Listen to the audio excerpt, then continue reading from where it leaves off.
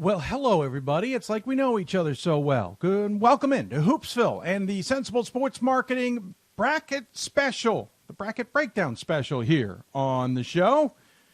We are here, ladies and gentlemen. It is time to have some fun and to talk about the brackets, even those teams that missed out and those teams that got in. And it's always fun to start with the reactions because that is what makes this time so great. Some teams who certainly know they got in, but that doesn't take away from the fun, right? As Coast Guard certainly showed us earlier today. Here you see him with Brendan Gulick as our co-host in the background. Their reward, the champions from the new MAC. The fifth. They were more than thrilled, to say the least, that they were dancing. Obviously, they knew they were dancing. The Cinderellas of the new MAC, as it were. Fun to see them.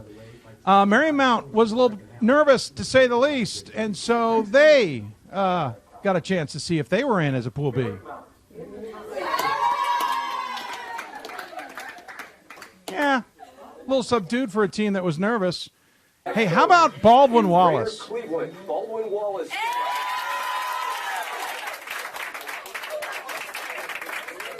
They even had a nice moment later. 16th all-time appearance. Hall of Fame head coach Sherry Harrer won after the Yellow Jackets. They're hosting for the first time since 2008. The coach had a few words for the team. Take on Centennial Conference champions Haverford, who had an awfully stingy defense this year. They split during the year. So Haverford, obviously we don't know anything about. We're going to find out about. All right? So, yeah. Hey, we played great this past week. We just continue playing like that. Everything else takes care of itself. All right? Ready to go at 4:30? All right? Taped and ready. So those are some cool reactions. I watched a bunch on Twitter. Some of them got shared with me. I'm not done yet because I'm going to get to my favorite three that either were sent to me or that I found. The first one comes from the Benedictine women. Remember, we didn't pick the Benedictine women. The video's not so great. It doesn't take away from the moment. They couldn't get a lot of people to their watch party. I can understand why. But the reaction from their coaching staff is priceless.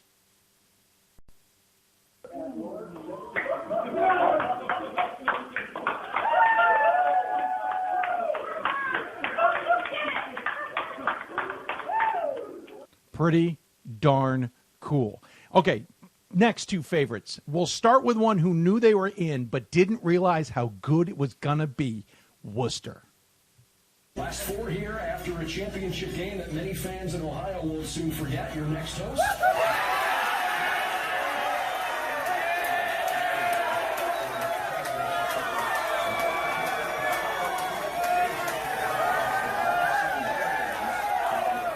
Am I right or am I right? But the best reaction of the day was another team we got wrong on the women's side. We were nervous. We didn't think NYU could get in.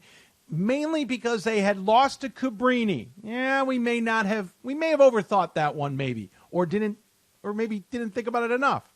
But NYU didn't fall or lose hope. They decided to watch the show anyway. Thank you. Next off the board.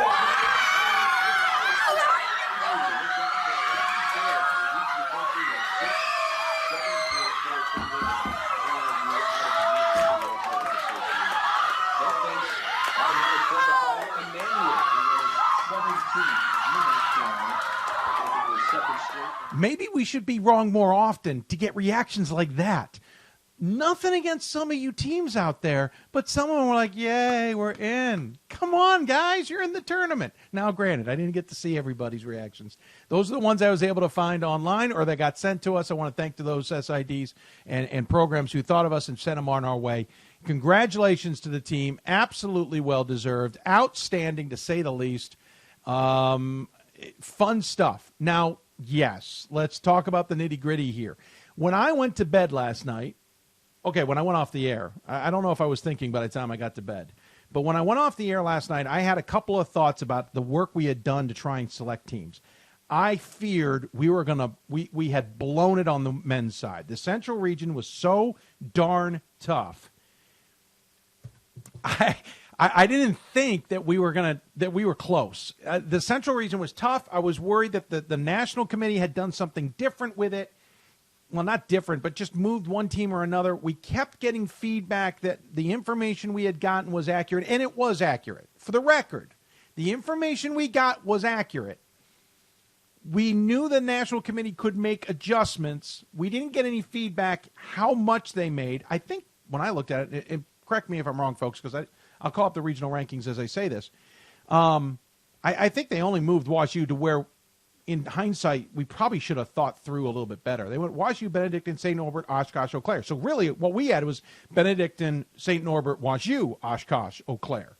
So they simply moved WashU up. So outside of that, we had the exact same rankings. Well, not exact same rankings. I misspeak. But my point being, I was worried we got that wrong. I was worried we read some other things wrong. It was tough. Thought we butchered it. On the women's side, I thought, okay, it's tough. We'll get 2 to 3 wrong. Not a big deal. We missed 1 on the men's side. Despite us having a different order in the Central region, we missed 1. It's an interesting one that we missed. Eau Claire got in. Virginia Wesleyan did not. I'll be honest with you. My brain power is limited today. I need to go and look at that more. Now, we'll hear from Sam Atkinson a little later in the show as to his reasons for that decision. Usually when we miss one, it's like, oh, okay, they went that direction. We had Virginia Wesleyan off the table sooner. So it was a surprising one. But the gut shot of them all on the women's side, we missed 5. Yeah, I'm not proud of that. Now, I will say, and we'll hear from Karen Harvey later, I think the women's side might have been the toughest I've seen it, with a committee that's always been hard to truly nail down what they're thinking. And I don't mean what they're thinking. That's a wrong term. But nail down exactly maybe their methodology or how they read the data. And it's not to say they don't have a methodology or don't. It's that we haven't quite figured out what they're doing. Maybe we nailed every pick. I know we nailed the pick in the men's once. Missing one is nailing all the picks in my book. On the women's side, we just haven't been able to master it as much. And that's what it is. To miss 5 is a gut shot to me. I do find solace in something Gordon Mann said at the end of last night's show, if you missed it, or at the end of the selections. He said, listen, and he basically said those last 5 picks, roughly, don't be assured because we selected you, you're in. And I remember thinking at the time, he's got a point. Just because we think you're in doesn't mean you're in. I haven't gone to look and compare of the 5 that we had at the end, which 5, if those were the same 5 that didn't get in. But he's got a point. And it resonated with me today when I heard that or thought of that, because I think it was that difficult. He said, listen, those last 5, even 6, understand we may be wrong, and the committee goes in a different direction here, and who knows what that really means. And so, and I think it also hurt us that we didn't really get any intel that we wanted to get on the women's side of things in terms of where rankings shook out. I think if we had moved a couple of pieces here and there, we might have had maybe a better idea. I'm not positive. For example, here's a good one. Last year, we had Marymount at the table in the Atlantic region for a long time, Mount St. Mary behind them. It turns out they moved Mount St. Mary ahead. Okay. This year, Mount St. Mary moved ahead of Cabrini, who we had Cabrini at the table. I'm not saying it's the same reasons, but it's little things like that that you think you figured out and you haven't. I'm trying to think. Ohio Northern and John Carroll not getting in, that certainly stood out to me because we missed 2 there in that region alone. Western New England did not get in. They were the 3rd. I'm sorry, they did get in. They were 3rd in the Northeast. We felt they would have dropped further, and we didn't select them. To be honest, though, in hindsight, and maybe I should have spoken up more, I really thought Western New England was going to get in.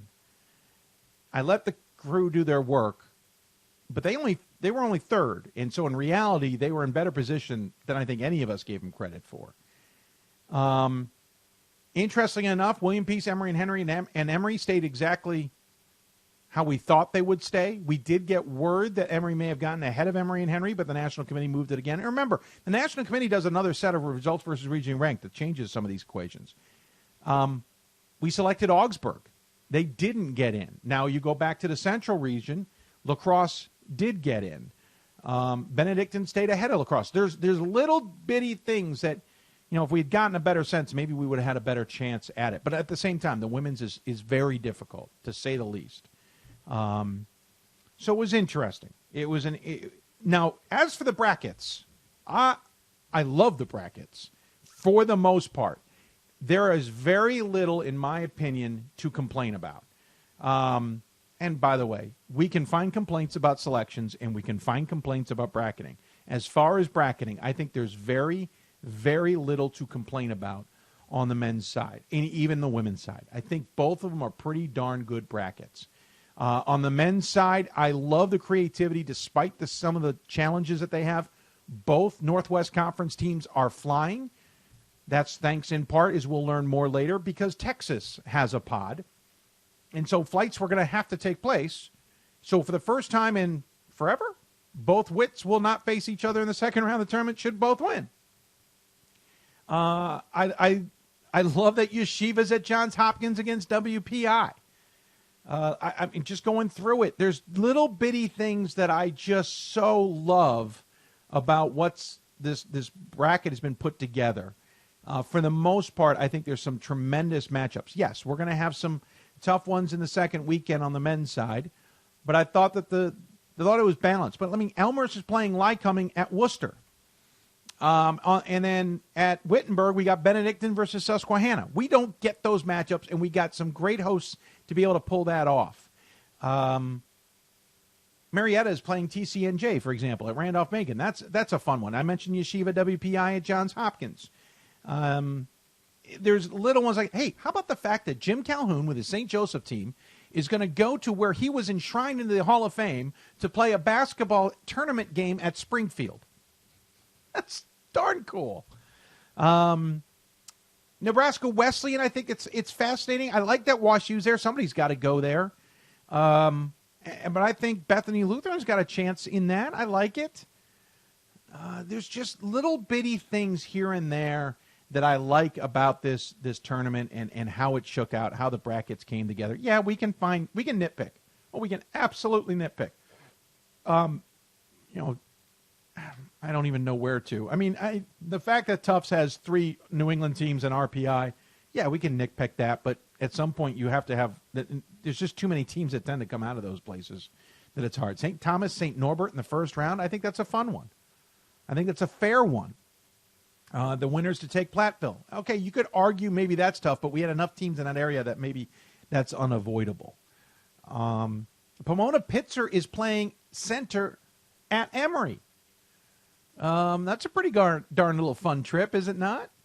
I like that one. And then on the women's side of things, I think they did a pretty decent job on the bracketing as well.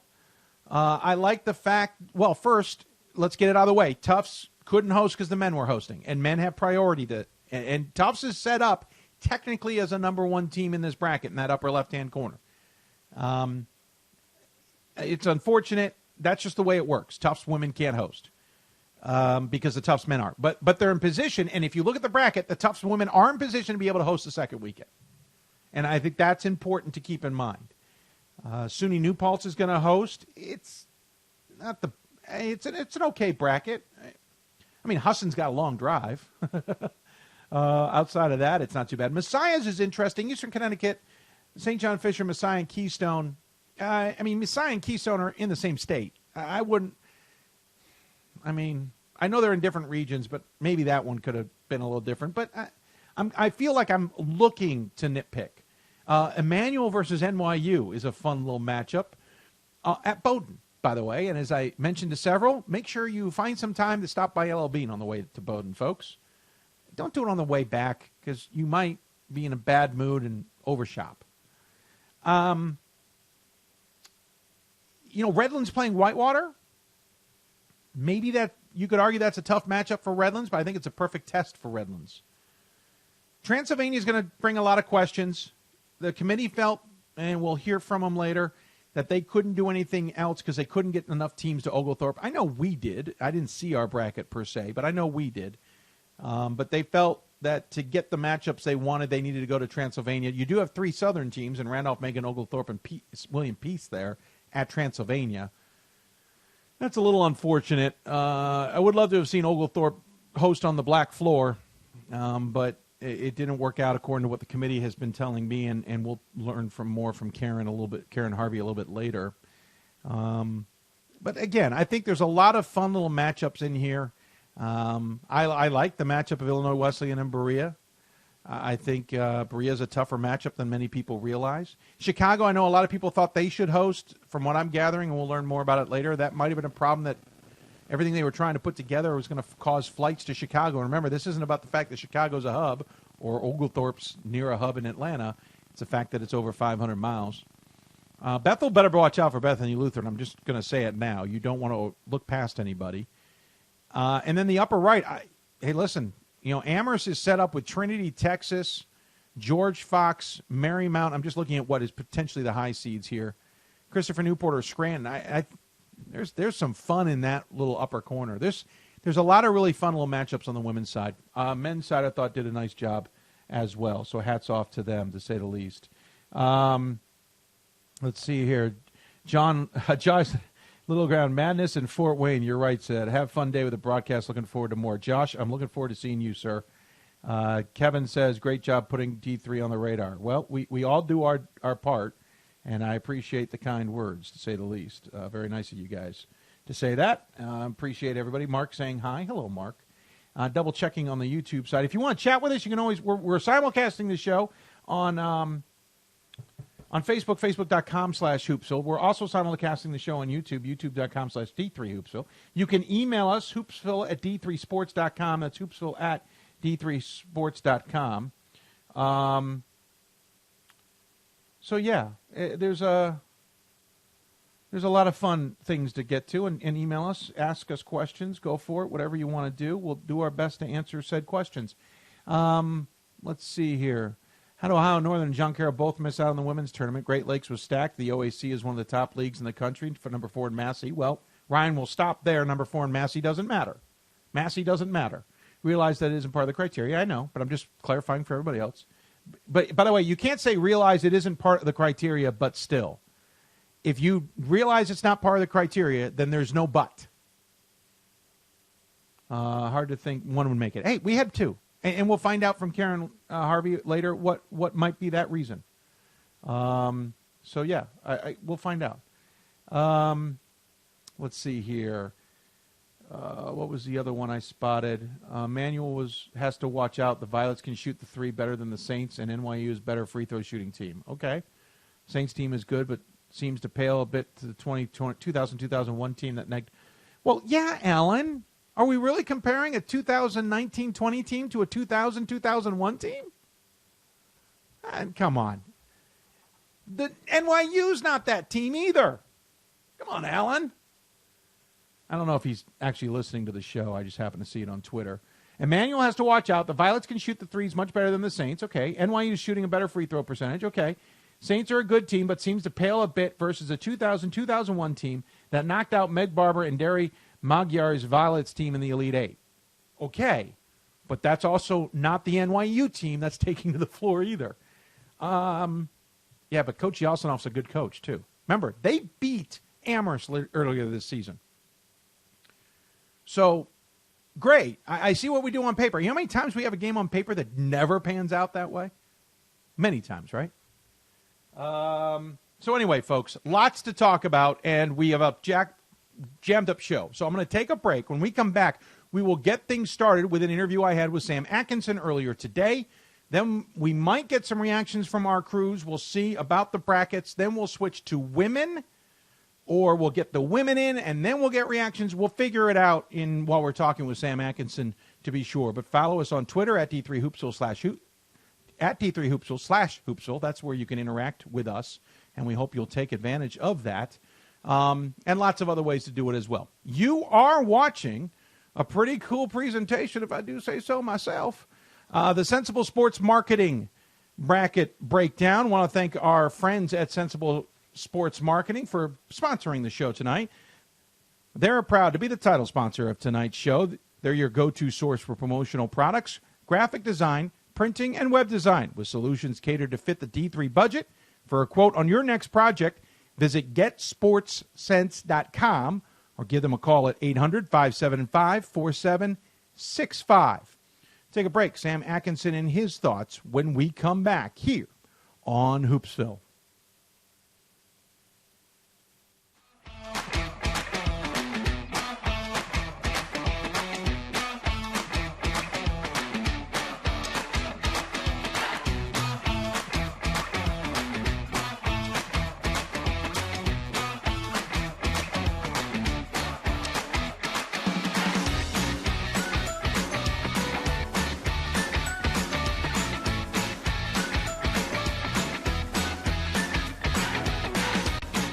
Football has taught me a lot throughout my life.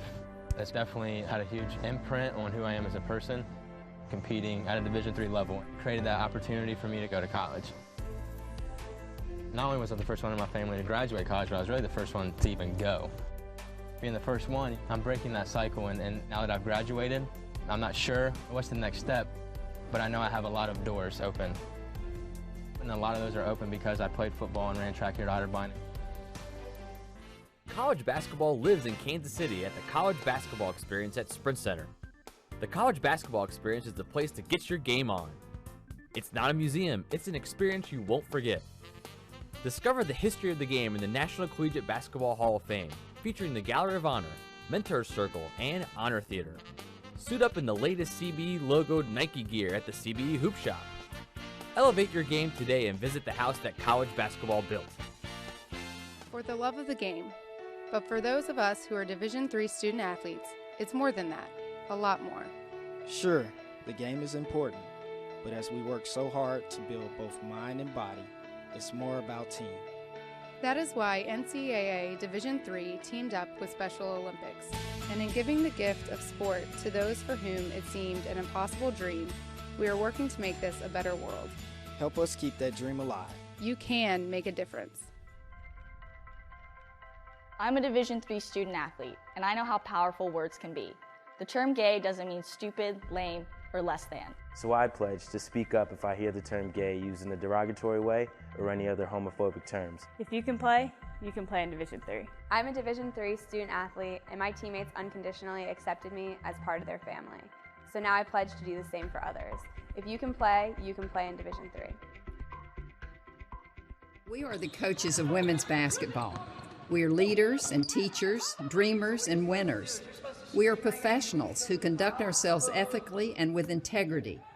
We place the education, safety, and well-being of the athletes we coach above all else and teach them the fundamental values they need to succeed in life. We are coaches united for the good of our game and those who play it. We are the WBCA.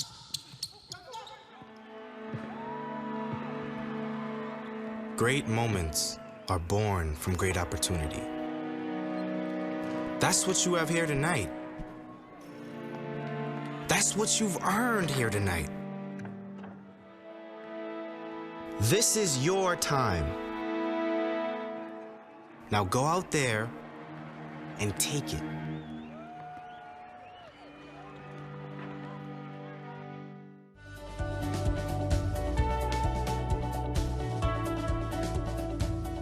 I just wanted to get good grades and to do well. But it also made me realize that I have a lot of career goals. You're there to get a full college experience, not only participate in your sport, but participate in things outside of that. And it's all about growing as a person. My coaches have helped me with figuring out who I really am. Their lives are dedicated for us to succeed.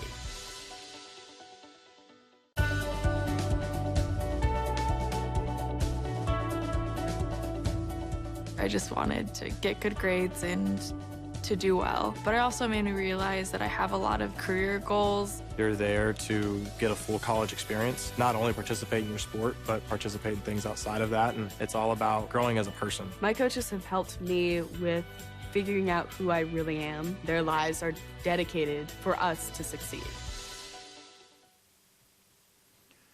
Welcome to Hoopsville and the Sensible Sports Marketing. What are we calling this tonight? Bracket special. Bracket breakdown special. That's right. Thank our friends at Sensible Sports Marketing. And give them a check out at getsportsense.com. We'll talk more about them a little bit later. And a little bit of those who helped us throughout. By the way, don't forget, our donations continue. Our drive through the end of the night, or maybe tomorrow when the podcast is finished. We're at 4,400 plus. Our goal is 7,500. So, we're 3,000 away. Any chance we get anywhere closer to that tonight? We'll send out another tweet about it, and so on and so forth. So any help would be appreciative. Anyway. Any help would be appreciative because it helps pay our bills. It helps justify the time that we spend on this. Maybe next year getting a producer in here as well to help. Maybe another computer to help with the load as well. So consider any help you can give us. It would certainly appreciate it. At this point, we're also pushing to try and go to Atlanta for the Final Four and the D3 championship game. By the way, D3 championship game at 12:30. Forgot to talk to Sam Atkinson about that. We were under the impression it would be at 3 o'clock with the D2 game first. They flipped it. I'll put dollars to donuts. That's because of CBS. And I'll leave it at that until we get more information. Speaking of Sam Atkinson, he joined me earlier today to talk about the bracket, about the selections, and the choices that they made. Certainly not easy choices, I suspect, because I've never done the job outside of just our mock version.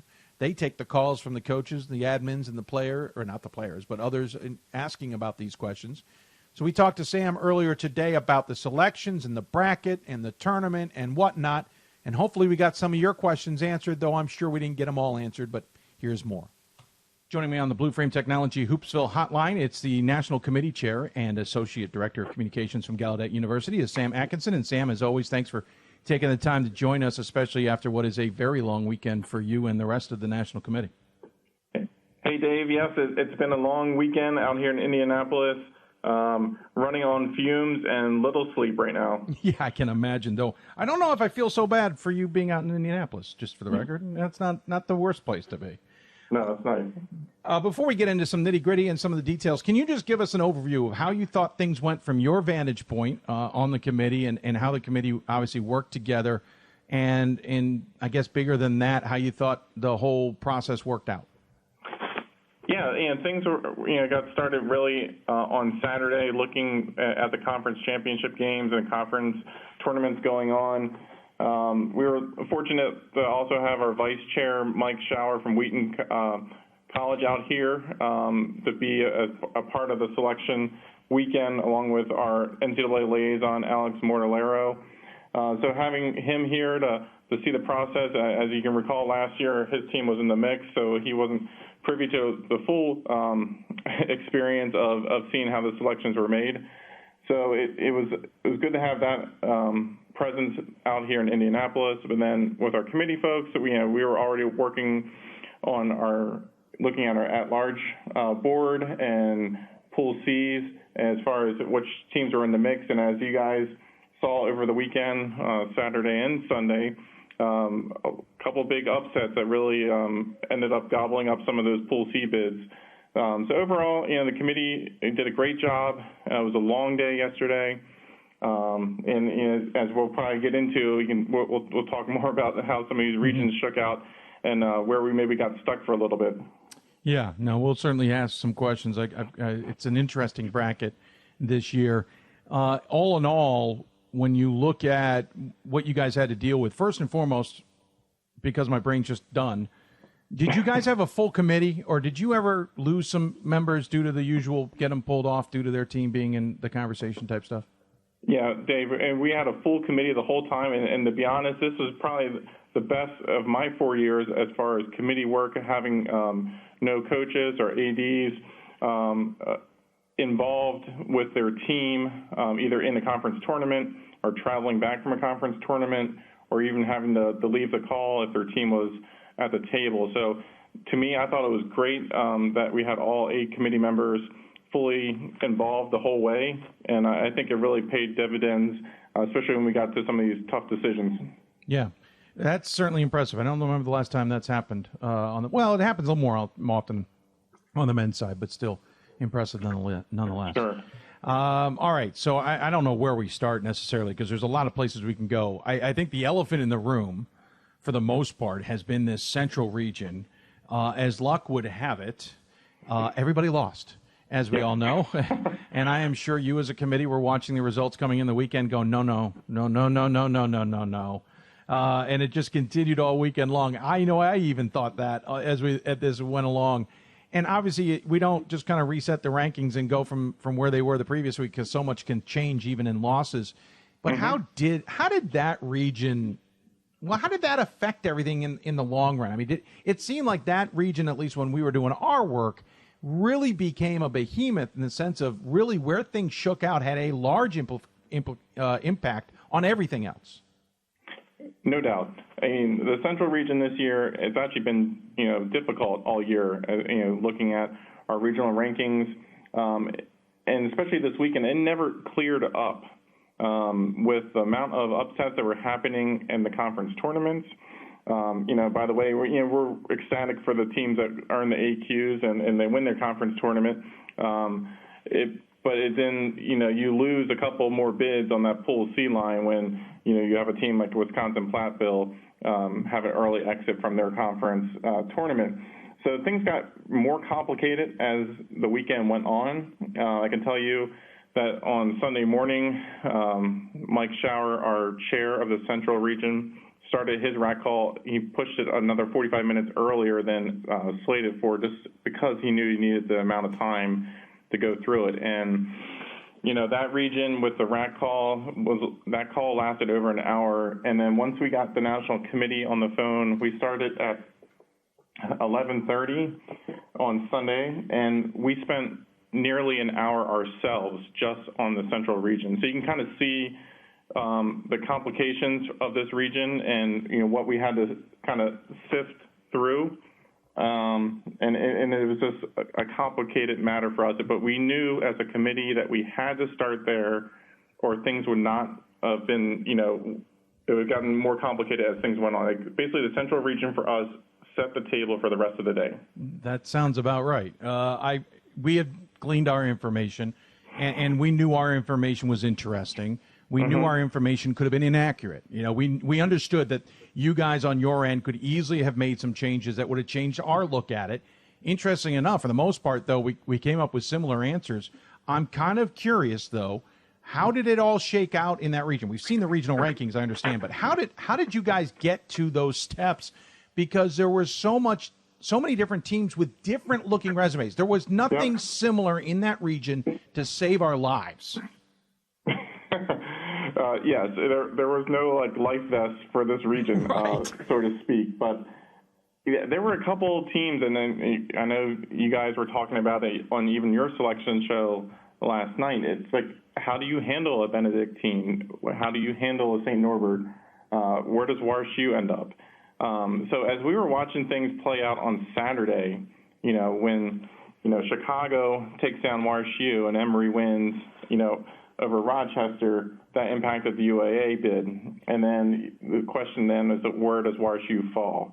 And then you start looking at Benedictine and their resume, and those regionally ranked wins that they had, the wins over North Central, Lorturno, and St. Norbert. And then, it was going back and forth when you were juggling, basically those three teams was one part of it. The other part is how to handle the Wisconsin schools.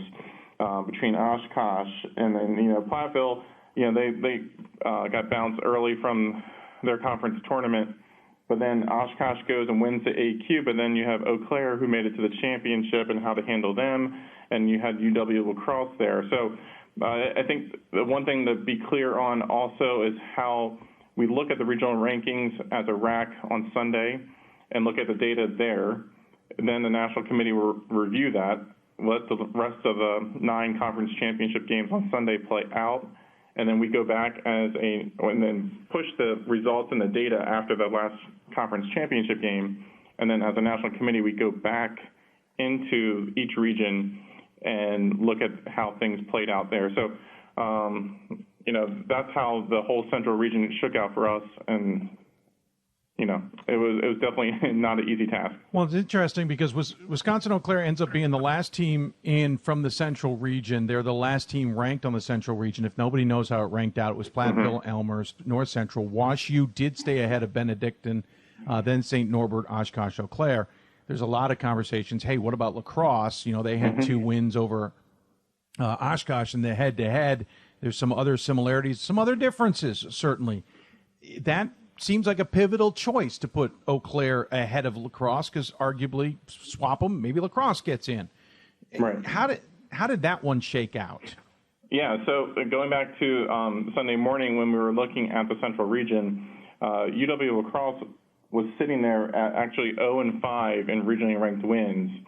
And when you were looking at Eau Claire at the time, comparing them to lacrosse, I understand there's the 2 head-to-heads, but you also have a Eau Claire team sitting with 3 regionally ranked wins, 1 against the top team from that region in Platteville, another one from Oshkosh, and then Whitworth from the West region. And the RAC went back and forth. They voted. It was a very close vote. They had voted for Eau Claire over lacrosse as a RAC. And then they brought to the National Committee. Again, as I mentioned, we discussed the Central Region for over an hour to start our call on our national rankings, and Eau Claire was voted as the 8th team in the Central. And then we had the other 2 teams that were in contention outside of Eau Claire was Illinois Wesleyan and UW lacrosse. So it sounds like maybe lacrosse wouldn't necessarily flopped because and I should point out, you're not always just looking at straight 2 teams. You're sometimes looking at 3 or 4 teams simultaneously because Team A might have an advantage on Team B, who has an advantage on Team C, who has an advantage on Team A. Correct. Especially case in point, looking here at the Central Region, you do have a couple teams that hail from the same conference. A couple that have crossover games against each other. There are head-to-heads you have to weave in and out of and deal with. And then the strength of schedules are kind of a little bit, you have one extreme to another. So there's a lot to, sit down and look at and get through. When, obviously, the decisions are made and we get that, I am kind of curious. Eau Claire becomes, I don't know how much of an outlier, but let's just call it an outlier to be generic to some extent. They were the ones that we came down and had to struggle with. Really good SOS numbers. What was it? I think it was 3-8 or something along those lines, results versus regionally ranked opponents. But not a great win-loss percentage, 19-9. When we saw some hints along the year that the win-loss was important still to some degree, how do we still come up with a team? How do we still, for the 3rd time, come up with a team out of the same conference, ironically, with an incredible strength of schedule number, but not the greatest win-loss percentage? And I'm asking strictly on the sense of how do we understand that to be able to move forward with the reality of sometimes teams are going to put really darn good schedules together and they don't have to really win as many games as we think. Yeah, and I think when you look at the WIAC, you're talking about one of the top conferences in NCAA Division III men's basketball, and the schedules that those teams play night in and night out in that conference is tough. They're in some of these resumes that you see from these teams in the Central are to some of the best overall bodies of work in the country. So I think for Eau Claire, I think for them getting to their conference championship game, picking up that win over Platteville, helped push them above lacrosse in that comparison. It's just here's the question I bring up, because we get coaches who are constantly trying to understand what they need to do to best position their teams. And obviously you got to win your games. We understand that. Mm-hmm. And we want people to go out there and certainly put together decent schedules. I think this year we at least allowed the understanding that closer to 500 isn't horrible, but you got to do something to justify that. But then I think at the same time we see people go out there and go, well, I can't put a schedule ever together like the WIAC. I'm never going to be able to in that position. And thus the onus now is even more heavily on everybody else because you're giving them such a bubble to be able to bounce on with a bunch of losses. And because they got a strength of schedule that's through the moon, I can never get there. How do we talk to coaches to say, here's what you're going to need to do to try and best position yourself when it seems like it's mixed messages? Yeah, but I'm not sure if this is like the right example to look at because, you look at a couple other teams like Mount Union last year was a team that did not make the tournament, but then you look at how they competed this year and they, changed their schedule up some. I think coaches over the years have been able to see that, the change and a little bit more in the parity of Division III men's basketball and challenging themselves in the non-conference. And we've seen the difference in some of these teams when you look at their non-conference SOS. So I understand, go back to the WIAC and the difficulty there. It's a complicated league and it's tough, when those teams are playing and kind of beating up on each other, every night.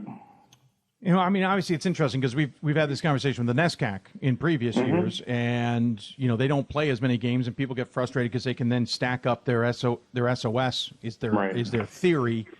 This year it didn't come into play as much because there were more losses in the NESCAC certainly, but now we're seeing this as a third team in I don't know how many years with a really gaudy SOS out of the WIAC, and I want to do as best I can for anybody out there understanding how this all works.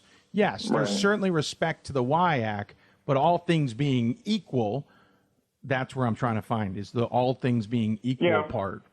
Sure. Well, and in your example there in the NESCAC, you look at, where Colby, they went 24-2, their SRS was middle of the road at 541, but their non-conference was 494.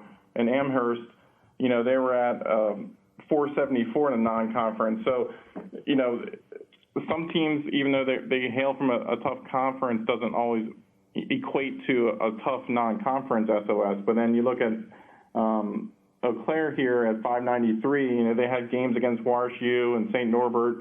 So even though they're from a tough conference, they still didn't shy away from trying to schedule tougher in the non-conference schedule.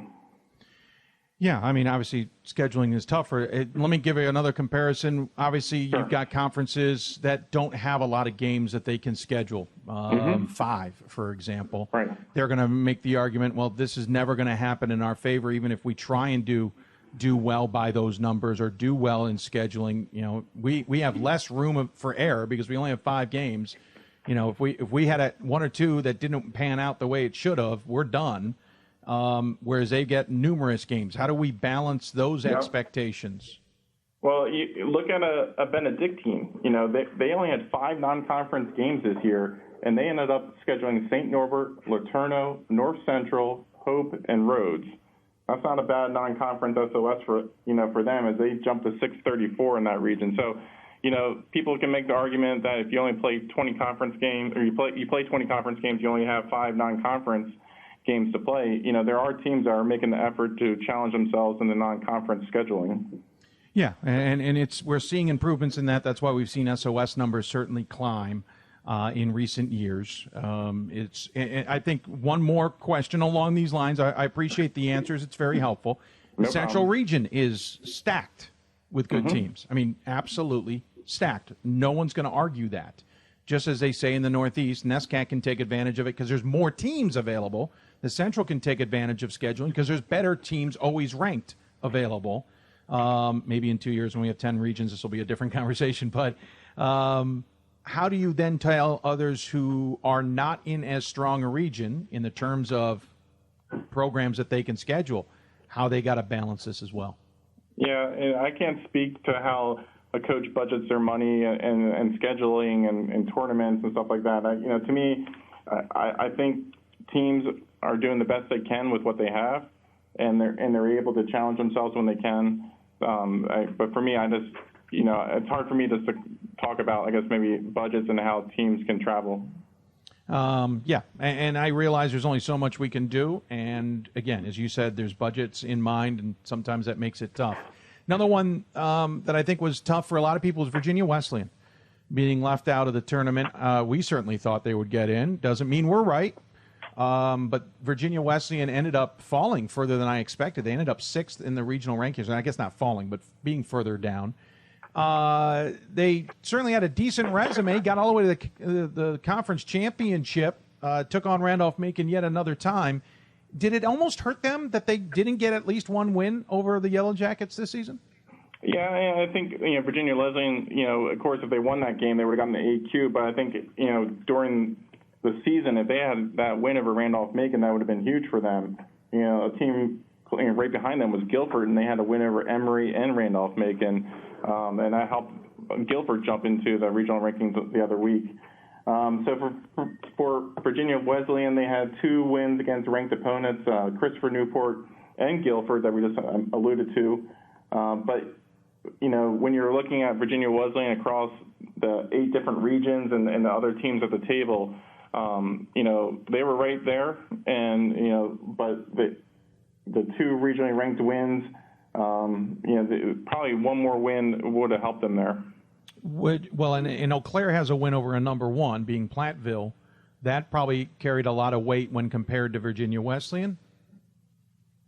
It did, but I can't speak about the order of when teams got selected or when they came to the table. But Okay. That comparison didn't happen. I was going to say there's a hint, but you finished it off nicely.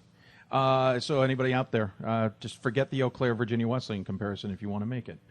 So that also tells us Eau Claire was taken a little bit earlier than many of us would expect. But then again, it's amazing how I think if we had done it all over again last night, even with the same rankings we had gleaned, which were slightly different than yours, we may have come up with different answers as we worked our way through it ourselves. I know the selections are tough. Is there a way that this could be figured out or done in a way that gives you what feels like better information? Is there anything about the criteria that could be improved? Yeah, I mean, I guess twofold. I think the one part is how things are handled on Sunday, of Selection Sunday. When we meet as RACs to discuss our rankings, and then the National Committee reviews it, but then we have to wait for, a handful of other conference championship games to finish on Sunday, and then having to review it again and then update everything. It just really slows down the process. And, for us to get to selections and then later to bracketing, it'd be nicer to see more of that, kind of out of the way. And we've harped on this, Dave, as far as the Sunday Conference Championship games and how that really holds the committee at hostage at times, waiting for those results to finish. And, we saw a couple upsets yesterday that really changed how things were going to play out with the Pool C selections. Criteria-wise, it's one thing that as a national committee we review every year. And I think, in June when we meet again, we're going to dive back into that. So those who are on the outside looking in, who thought they put decent resumes together, were basically saying, one, try and schedule a little bit more competitively out of conference. And I know the retort to that is going to be, well, I'm scheduling 2 years in advance. There's only so much I can do. Sure. But, of course, that SOS behemoth is still, quote, unquote, there. Of course, there's also win more games, and that one doesn't need a caveat. Get better results versus regionally ranked opponents. Again, it goes back to I schedule 2 years out. There's only so much I can do. Is there some way we can find a middle ground, or do you think we are in that middle ground? I mean, to be blunt with my perspective from my 4 years on this committee, I feel like things have changed and improved in the positive direction in a lot of those areas. Compared to what I've heard from the past and how teams would just stay home and not challenge themselves. And you're right, coaches that are scheduling, 1 year, 2 year, maybe even 3 years out sometimes, home and homes or even a tournament or two. And it's tough. You think the team is, a tournament team from last year, and then this year they're last in their conference standings, or so we have no control over that. Teams come up and have a great season, and then they go back down, and then going back. We can't also control the locations of our memberships in our schools. Yeah, that's the other thing is the outliers sometimes get the short end of some of this. Now, granted, some of it they can solve and some of it they can't. Is that always a concern? And I mean the outliers being those who are in locations where getting games is not as easy as going up one exit on the interstate. Yeah, no, again, we can't control where schools are. Sure. And again, we encourage our coaches and teams to schedule as best they can, and if they can go to a tournament early in the season or the Hoopsville Classic, that's great and great to challenge themselves. But again, we as a committee, we can't dictate what we want teams to do. Sure. I want to talk a little bit more about bracketing because we could go forever, and that's not fair to you nor to anybody else. We could certainly go in the weeds, and I'm sure we could talk about it more down the road about selections. There's only so much we're going to be able to get done tonight. Let's talk about bracketing. For the most part, this was a really fascinating bracket. First and foremost, I want to start with the big one. You got the staggered times that you wanted, sir. Was that because Yeshiva helped you by getting into the tournament and not having to be discussed as in that large either? Or was that something you guys actually were able to find the time to make a wholehearted effort doing? Dave, this is something that we are so proud of, to be honest. This is something that, I know you and I have talked about the last couple of years. We saw this a couple of years ago in the tournament when Yeshiva played at York, and how that was fascinating to have a couple afternoon Division III tournament games going on before the other first-round games took place that evening. And as a committee, we continue to discuss how awesome this would be for Division III men's basketball to have staggered times when you're not having 16 games and almost within 10 minutes of each other, depending on the time zone sometimes.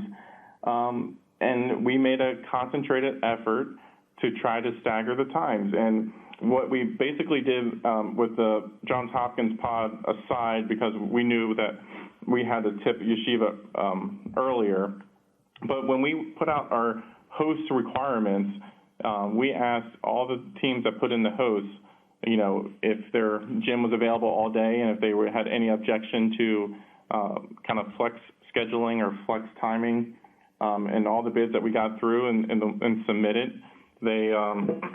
Everybody had okayed that. It's also in our host operations manual that the Division III Men's Basketball Committee reserves the right to tell the times for the games. And we basically went off of the old time of 5 and 7:30, and then the most we did was 90 minutes before 5 o'clock, which would be 3:30. Okay. And 6 was a pairing, 4 o'clock and 6:30 was a pairing, 5 and 7:30, the traditional one, was a pairing, and then 6 and 8:30 was a pairing. So we didn't want to get too crazy and have this mishmash of times. We followed those 4 different scheduled block times. Mm-hmm. And then Shiva at Johns Hopkins is at 1 o'clock. So that was the only thing that was different. And you'll see on the bracket, we went ahead and just assigned the times for those second round games already in advance. So to me, this opportunity this year of having this joint championship in Atlanta, and having our quarterfinals and semifinals in Fort Wayne, and to try to debut these game times, to me, this is probably the closest we'll ever get to a Division I March Madness bracket for D3. Yeah, it does have a little bit of that feel to it. And I hope it's some of what you guys have done this year, outside of going to Atlanta every year, is in place for future years as well. And we'll point out the next weekend, March 13th and 14th, the left side of the bracket will play on March 13th, and the right side will play on March 14th. Will those times be staggered, or is that too early to say?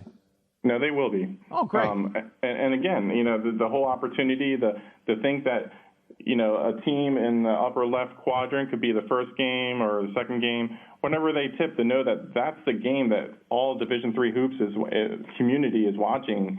It's great. And I think we've, as a D3 hoops community, we've kind of migrated, and we're watching so many games online, and the streaming services are great nowadays. So I think this is groundbreaking. I think this hopefully will set a trend for Division III basketball and maybe other Division III sports moving forward. Yeah, certainly would be fun in some other sports as well. I agree with you there. Let's talk about some of the things that popped out at me. I think I almost got a little giddy, almost too giddy on the bracket show when it was reality was setting in, not for me, but I think for Division III. Both Northwest Conference teams, the Wits, as we jokingly call them, the twins, Whitman and Whitworth, not in the same pod, not in the Northwest Conference or in the Northwest part of the country. They are in two different places. I never thought I'd see the day. I say that half jokingly. What led to that? What allowed you guys, because I know you were going to have some restrictions on this bracket, what allowed you guys to be able to pull that off? Yeah, I mean, this is something that another thing that I'm proud about this bracket is to break up the Whitman and Whitworth. We've heard it as a committee for a couple of years, and I'm proud that we're able to make that split when this happened. But what really made this come to fruition is when two Texas schools got in, and then Centenary from Louisiana was able to able to drive to UT Dallas. Basically, that reaffirmed that was going to be a host and a pod, and then that we still had Whitman and Whitworth and Pomona Pitzer. So we knew we were going to have 3 flights going into bracketing before we set out on the bracket. We knew we had 3 flights going into the weekend, more than likely. So, once those things shifted down south in Texas and also Centenary went in there at AQ, we were able to get creative and fly those other 3 teams out to different locations. Now, Pomona is flying all the way to Atlanta.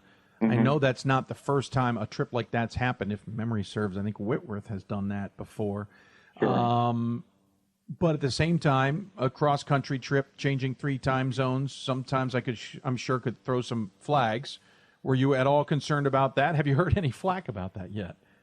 We haven't gotten any pushback. I mean, we actually got some thanks from from the teams in Washington for the change and the separation. But the thought process behind Pomona to Emory was basically from one large city in California to Atlanta. The flight was probably going to be the travel would probably be smoother. Sure. Than maybe from the Northwest to Atlanta. Down in that Emory pod. So that was the thought process behind that one. Yeah, Whitworth and Whitman not necessarily close to any major airports. I mean, they're near airports, but it's usually a hop, skip, and a jump, whereas you're right, Pomona coming right out of L.A. I'm sure there's a lot of L.A. to Atlanta flights, actually, that you guys can probably find for them. All right, so overall on this bracket, a lot of diversity. We have different times. I'm just kind of glancing through some things. What were some of the challenges you guys faced when you did put this together that you tried to overcome? Yeah, I mean, we ran into an issue as a committee looking at this bracket late last night, or I guess mid-evening around. I mean, we started bracketing at 9 o'clock. Okay. Just to give you that time point of reference. So we started bracketing at 9, and we ended up having a bracket in front of everybody by 10 o'clock. But we had been working on it throughout the afternoon and kind of had an idea. But once we got all the final selections in and how things shook out there, a host that we had wanted to go to couldn't work out as far as getting a certain amount of teams there. So we had to pivot at the last minute and find another spot to get the rest of the teams into the field. And as we've talked about this year, being having this unique third round made things complicated when we were trying to bracket. We were trying to make sure that we would, if you kind of look at it, we were trying to keep pods together where, example, Mount Union's pod and then Wittenberg, pairing those two together and then hoping that, the teams that were in those pods can still all drive to a third round game next weekend on March 13th or 14th. So it made things complicated. We had to do a lot more, footwork on the front end of miles and see how far a lot of the field was from certain locations. How much pushback did you get? And I'm asking that because I've got some interesting follow-ups. I'm just curious, though, to start with, how much pushback did you get from the bean counters on what you are doing potentially, especially for that second weekend? And to me, like as a committee, we weren't told we couldn't do this or that. They told us, minimize the amount of flights, of course, and at the time things were budgeted for 3, as kind of been standard. So to me, that was the only thing that they had the reservations for. But if a team gets selected, of course, where they're from and their location does not play a role. So if that adds another flight, it doesn't. We have to make sure we're following the criteria and picking the right teams, and we don't worry about that at the time. When I look at the second weekend potentials,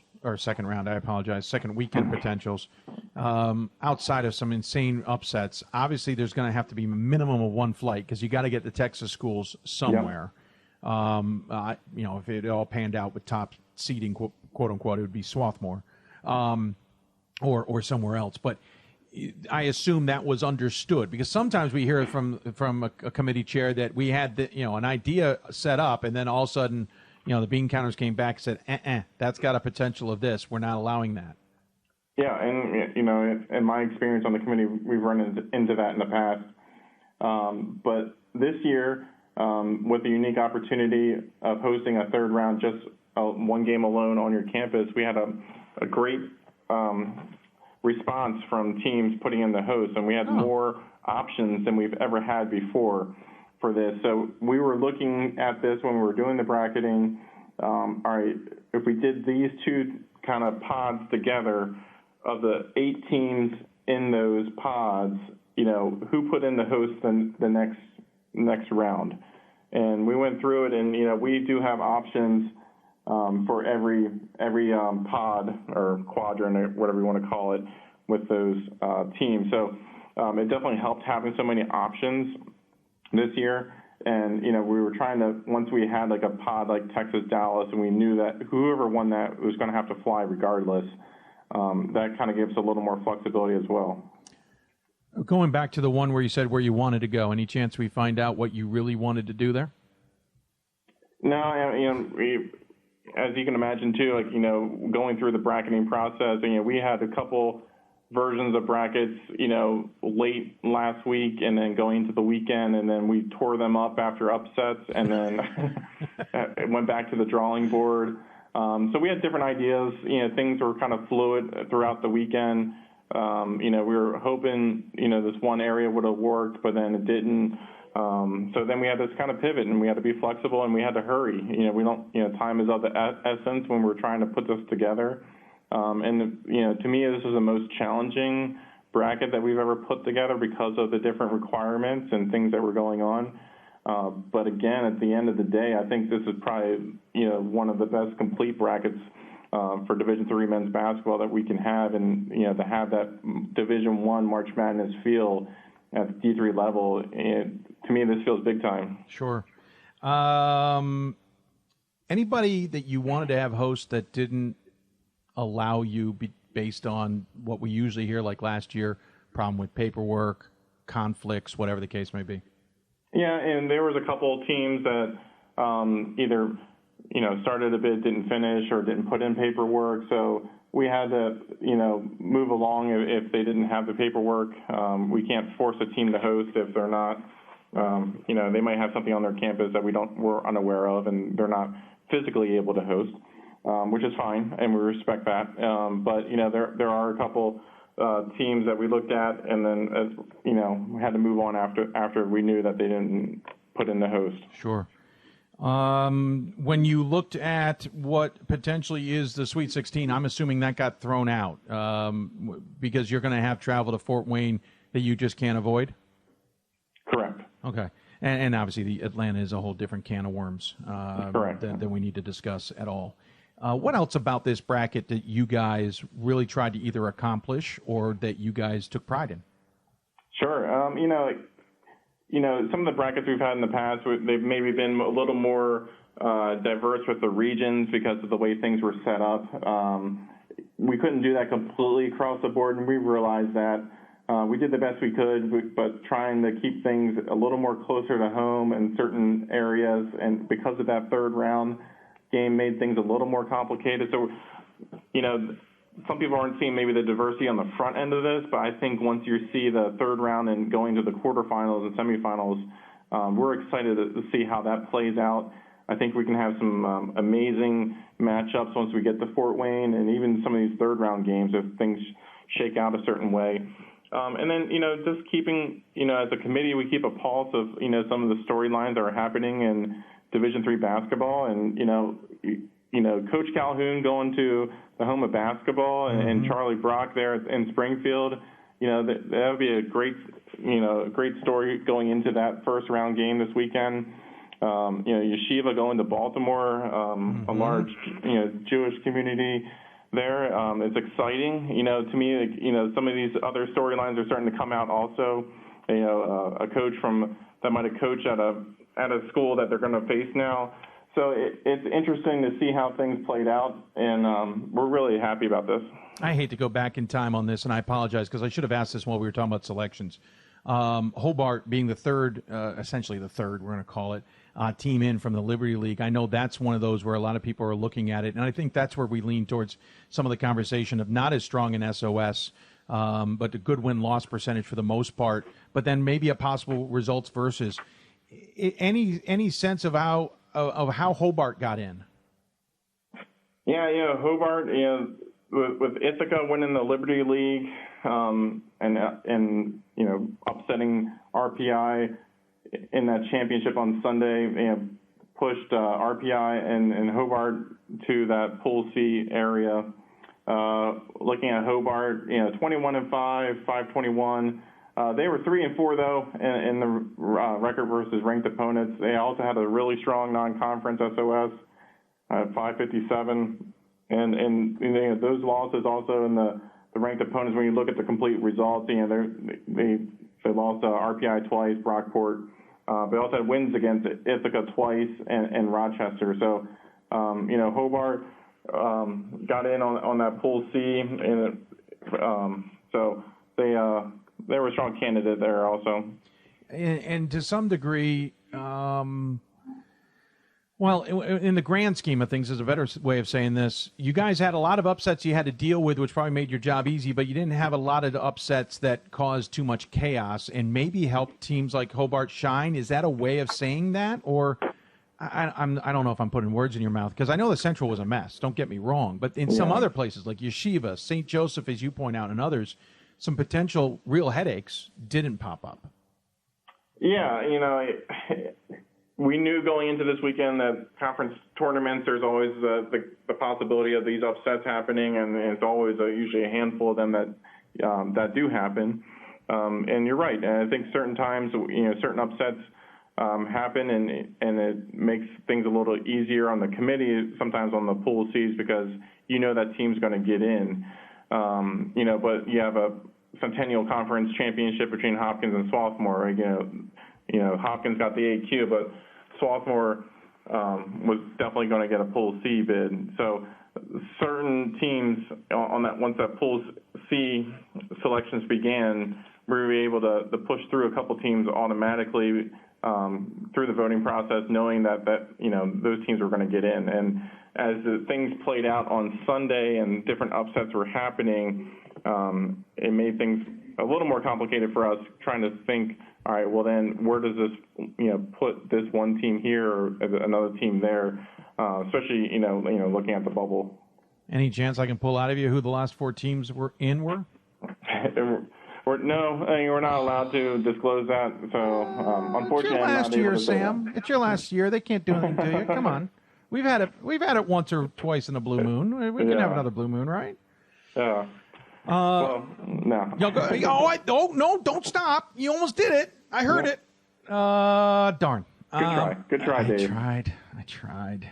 All right, so this is your last year, and I would agree that I've heard from others that they get a better sense of where things stand. I think there's always going to be the outliers or the challenges or whatever you want to pick, and I think any committee you put together is going to come up with different results in the last couple of picks, and it's just to be honest. Sure. What has changed the most, though, in your 4 years?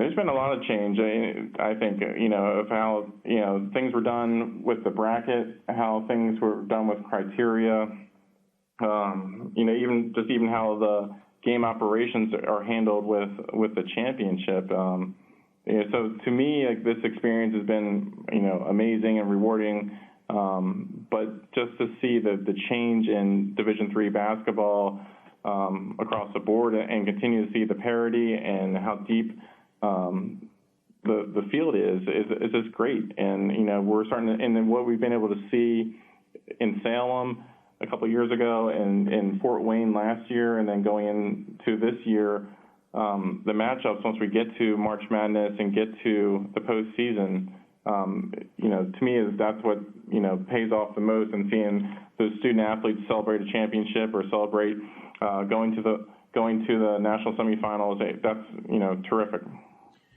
Sam, I appreciate the time. I know we've taken a lot of it. I don't think we got to every question that probably people have, and it's just not going to happen.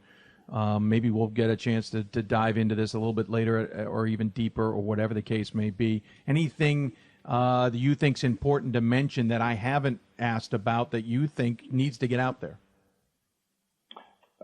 No, Dave, I think we covered a lot this afternoon. I'm sure, like you said, there'll be more questions, but to me, I hope the fans and the teams are receptive to the staggered game times, and I hope this could be a trend in the future. And as awkward as this seems, any final thoughts? Because we always leave that as the final, as a tradition. Any final thoughts you have with those who might be tuning in? Well, just a couple of things, Dave. This might be my last time speaking with you. Being the national chair for men's basketball, and it's been a great ride in that regard. So I just want to thank all our RAC members, and especially my national committee colleagues for the last 4 years of being a part of this, and also for those committee members to trust me and vote me into the chair position. It's been a great pleasure and honor to be this chair for the last 2 years. I also want to thank Alex Mortolero, our NCAA liaison, for all his hard work behind the scenes. I don't think a lot of people appreciate or see everything he's doing to make sure this championship is run like a Division I March Madness championship. So a lot of little details and everything that goes into that.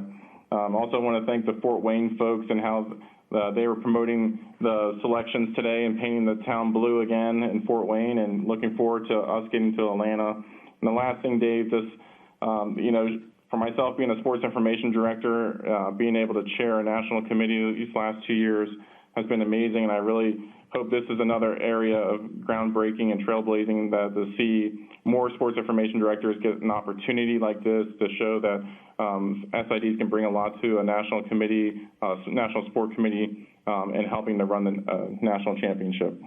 Yeah, I agree with that last part. I think there's a lot of SIDs out there that I would love to see on some committees. Sam, appreciate the time as always. I look forward to seeing you in Fort Wayne and maybe in Atlanta as well.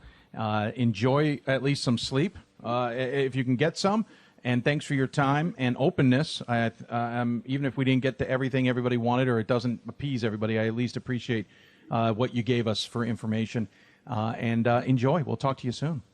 You too, Dave, and thanks for all you do for D3 basketball. Well, thanks, Sam. I appreciate it. He is Sam Atkinson, who is the National Committee Chair for men's basketball, but he's also the Associate Director of Communications at Gallaudet, joining us on the BlueFrame Technology Hoopsville Hotline. Appreciate Sam coming on the show and discussing those questions. Actually, I think I got more answers than I expected. There's a lot of times when you ask a blunt question like, why did X team get in over Y? And you don't get an answer from a committee chair. And Sam was willing to at least break down his reasons, or the committee's reasons for why they made those decisions. Even hinted, if you didn't pay attention, he even indicated that Wisconsin lacrosse men were not that close to even getting to the table. That after Eau Claire came Illinois Wesleyan and then lacrosse. So we can have this conversation that, lacrosse maybe had a better resume than Eau Claire, including 2 wins against Eau Claire. But it's irrelevant if they're 2 spots back. And Illinois Wesleyan being in there too. Again, on the Central region, the list we worked off of, that we had gleaned, as it were, we were wrong in one thing, in that WashU ended up staying in the 4 spot. Everything else stayed in order instead of WashU being in the, the 7 spot or maybe the 6 spot. Basically, they had Wash U, Benedict and St. Norbert. We had Benedict and St. Norbert, Wash U, and then Oshkosh Eau Claire. And then we also had Illinois Wesleyan lacrosse. So I appreciate him coming on. Wish we could have gotten that last 4 out of him or some other details, but maybe some other time. With that in mind, we'll take a break.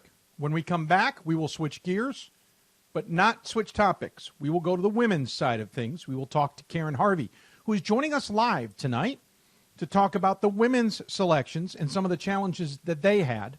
We'll try and figure out not why we missed 5. I can guesstimate why we missed 5, but we'll talk to her about the selections that they made and the bracketing that they have done. It'll be an interesting conversation, I'm sure, and you should tune in. You are watching the Sensible Sports Marketing Hoopsville Special Bracketing Breakdown, or Brackets Breakdown, however you want to call it. We appreciate our friends at Sensible Sports Marketing for helping us out. You're watching Hoopsville, presented by D3Hoops.com from the WBCA NABC Studios. Back with more when we come back.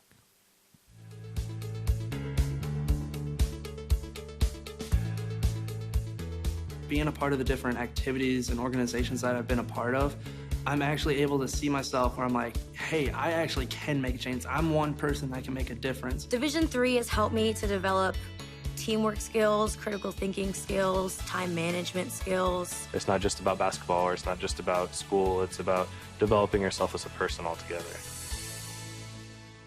My name is Marcus Walker.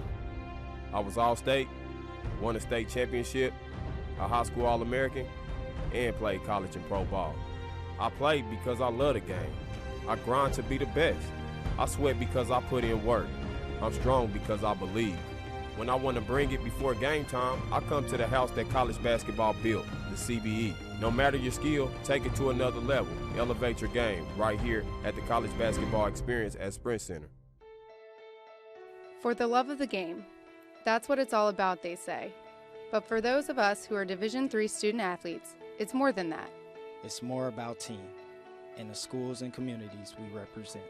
And for the many of us blessed with the strength to compete in sport at the college level, we understand that with what we were given comes a special obligation. Our obligation to help those who have their own special needs and whose love for the game is no less intense. That is why NCAA Division III teamed up with Special Olympics. Since August of 2011, we and others from Division III campus communities have volunteered more than 250,000 hours, time away from the classroom and practice field, reaching across the country to coach and mentor Special Olympics athletes. And to learn that in giving, we receive so much more in return. Help us keep that dream alive. Be part of it. Get involved. You can make a difference. It's on us to stop sexual assault in any way that we can. To get a friend home safe. To never blame the victim. It's on us. to stand up. To make our community safe for all. It's on us. It's on us to look out for each other at parties. It's on us. To be more than just a bystander. To step up and say something. It's on us, all of us. To stop sexual assault. Learn how and take the pledge at itsonus.org.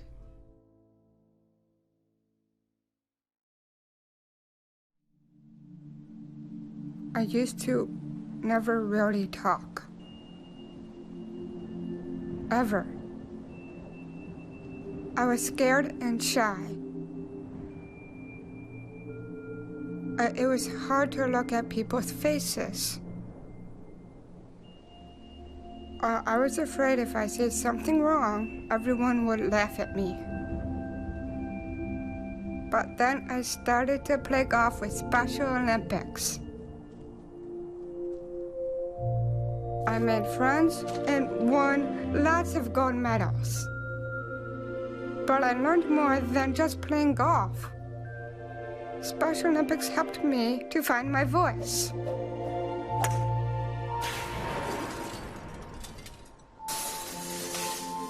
And now everyone else is speechless.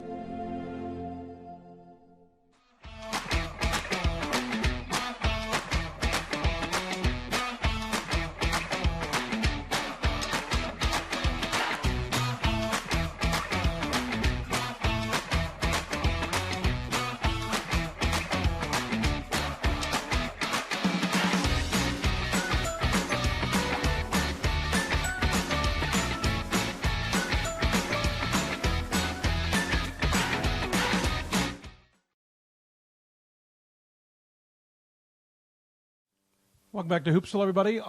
Broadcasting from the WBCA NABC Studios. I want to thank you for coming on, or listening, I should say, to the Get Sports Sense bracketing special here, and lots to talk about, to say the least. And, well, we're going to try and get to you answers when we can, and we just heard from Sam Atkinson, the men's basketball committee chair. In a moment, we'll hear from Karen Harvey, the women's basketball committee chair, and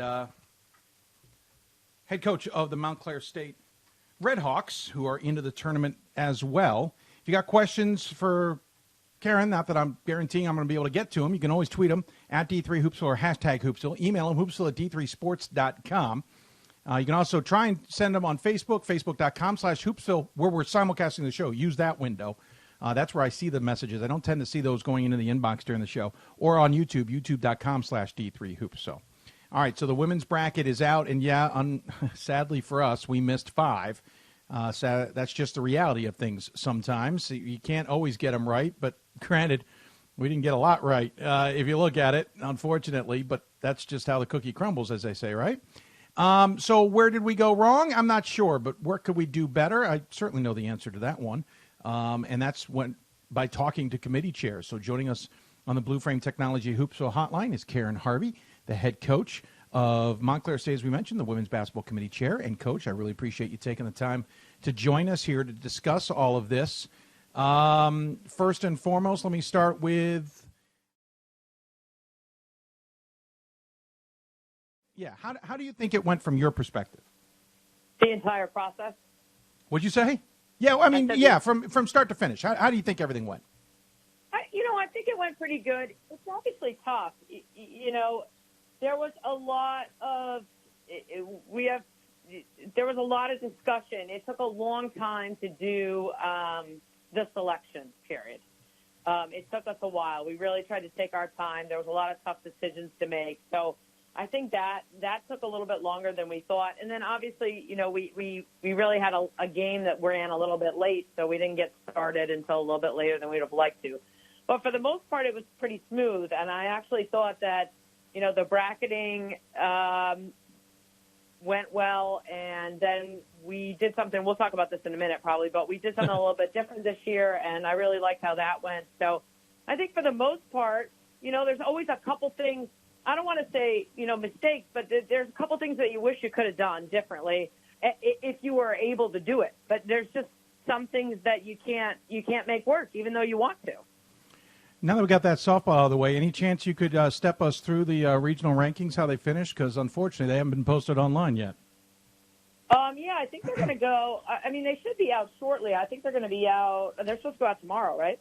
Usually they come out after the brackets. Men's have been up for about, let's call it 6 hours.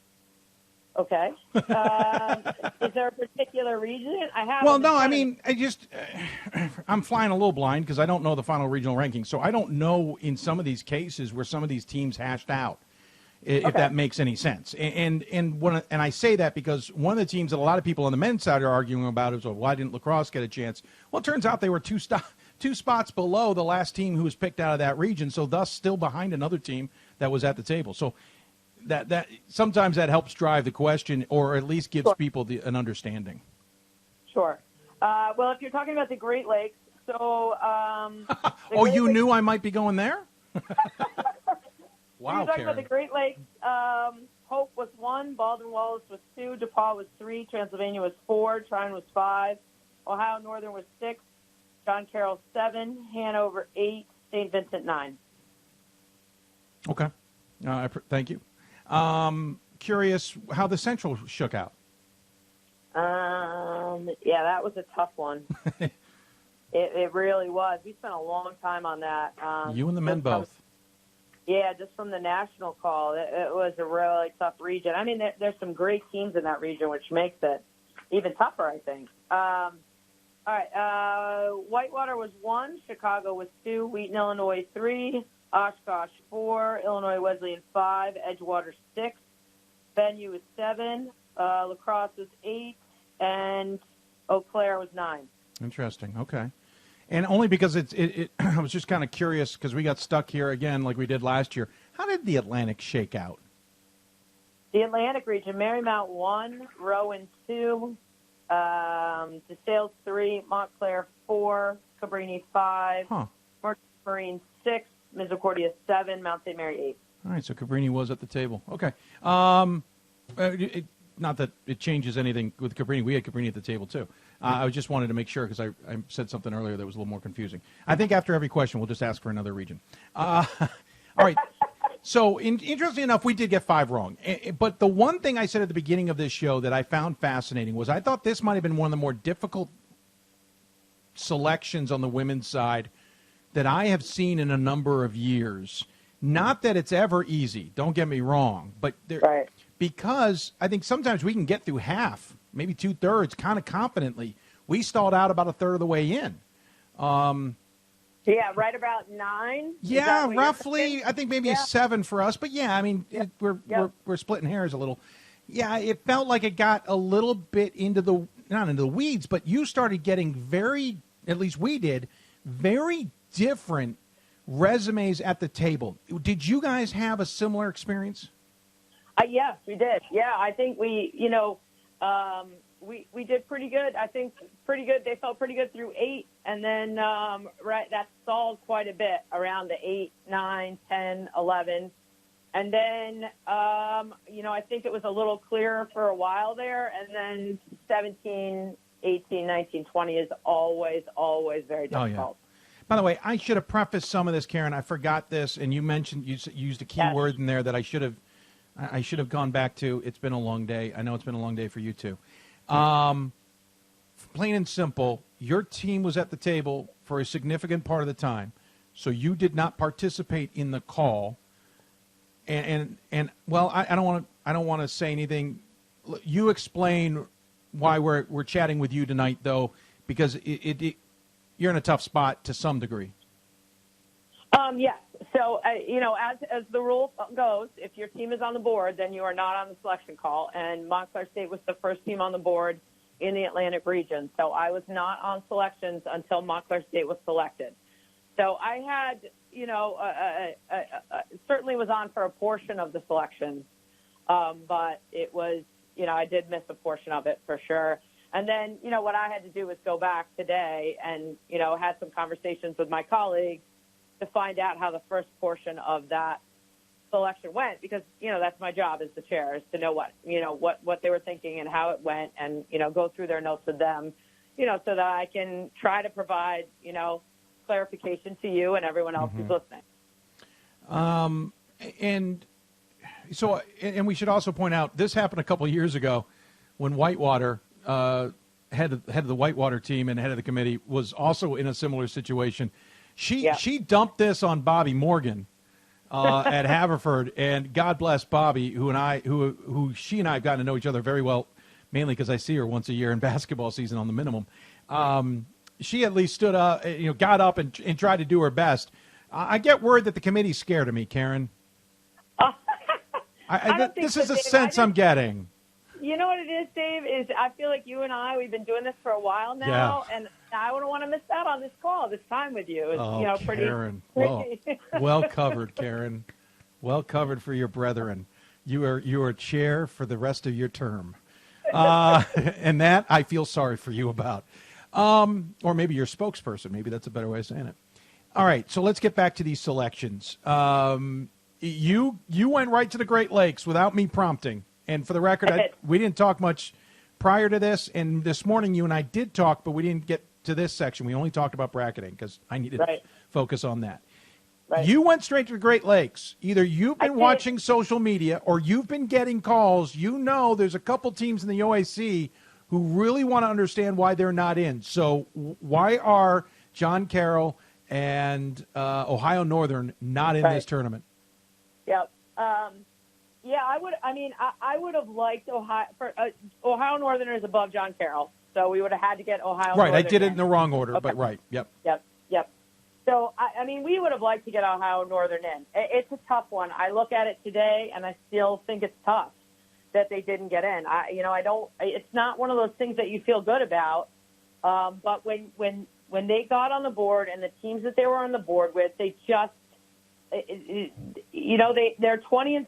They have 7 losses. Now, granted, 4 of those losses are to ranked teams, and they have some good they have some good ranked wins, but and their strength of schedule is good at a 530. Their non-conference is fine at a 556 and a 530. But the one thing that they have is a really, really bad loss. And while we look at the whole body of work, when you're comparing Ohio Northern's whole body of work to other teams' whole body of work, if they don't have that, then that hurts them. They had a loss to a team that only won one game all season. Say that last part again. They only had a what? They had a loss to a team that was a .095.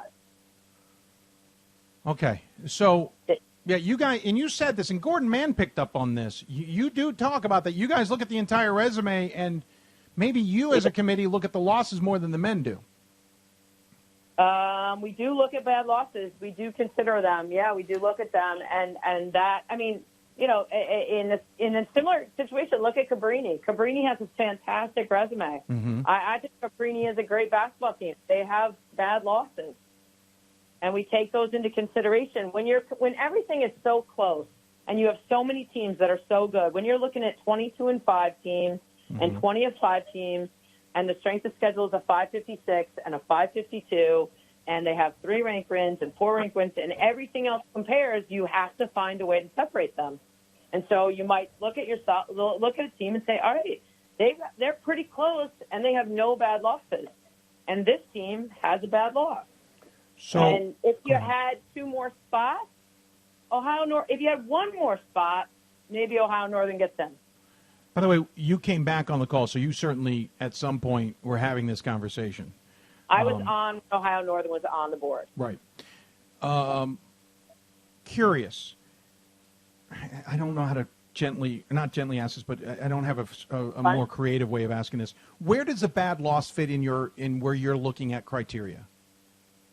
Like what? It fits in when you're looking at their strength of schedule. Okay. When everything is equal and you're looking at strength of schedule and you're trying to find something that separates them. Okay. And everything is tied, and you got to find something. So then you're looking at bad losses. It's just part of the strength of schedule criteria. Okay. That's why it's certainly not a separate category. We don't hang our hat on it. It's not, and I don't want to get this twisted. It's not. It's a very small piece of it. But when everything is so close, you have to find a way to separate teams.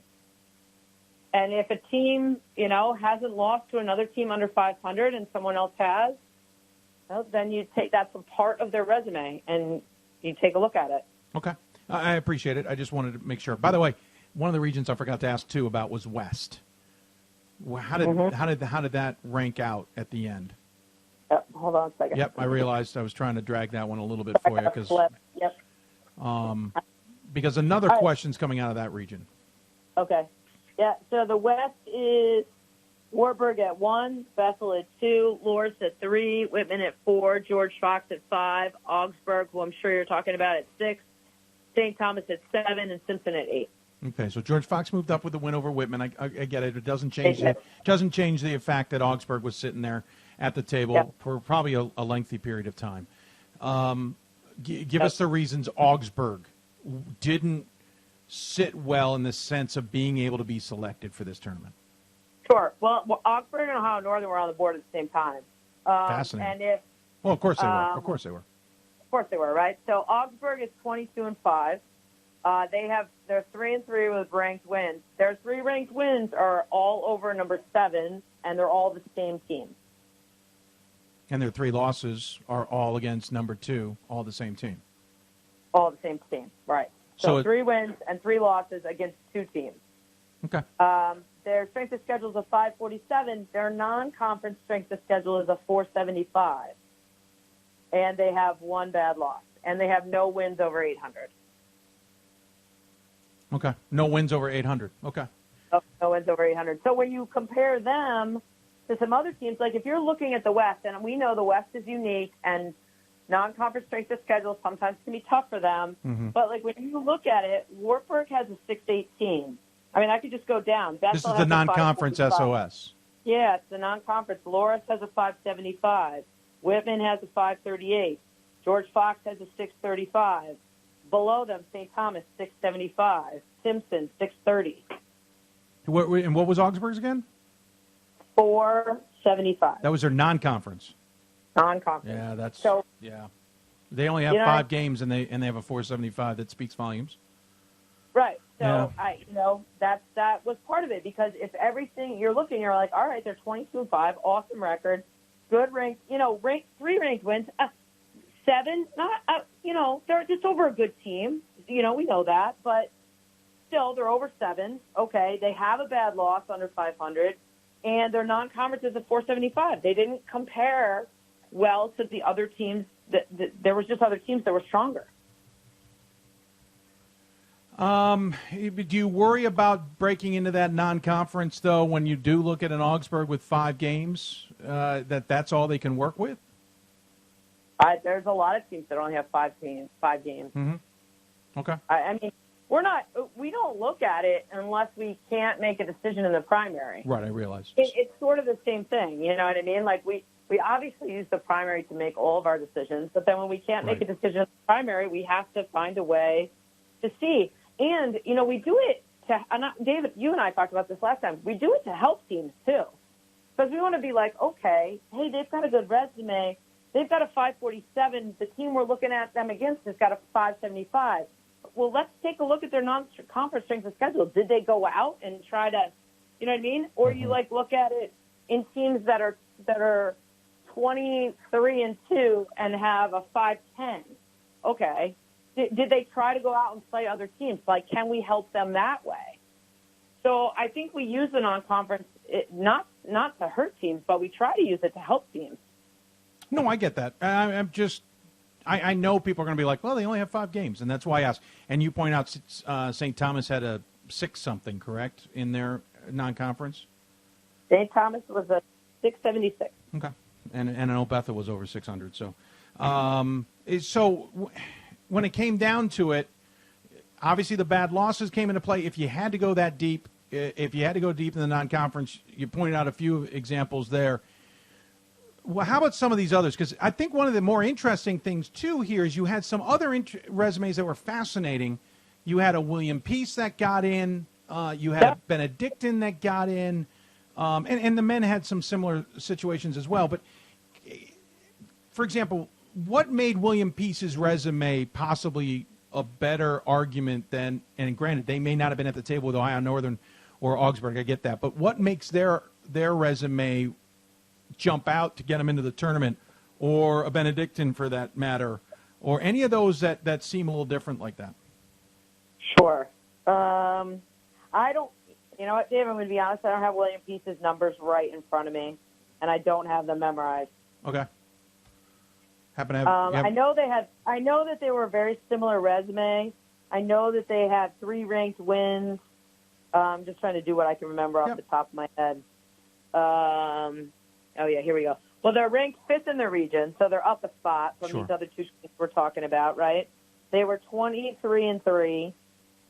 They had 2 ranked wins, 3 ranked wins.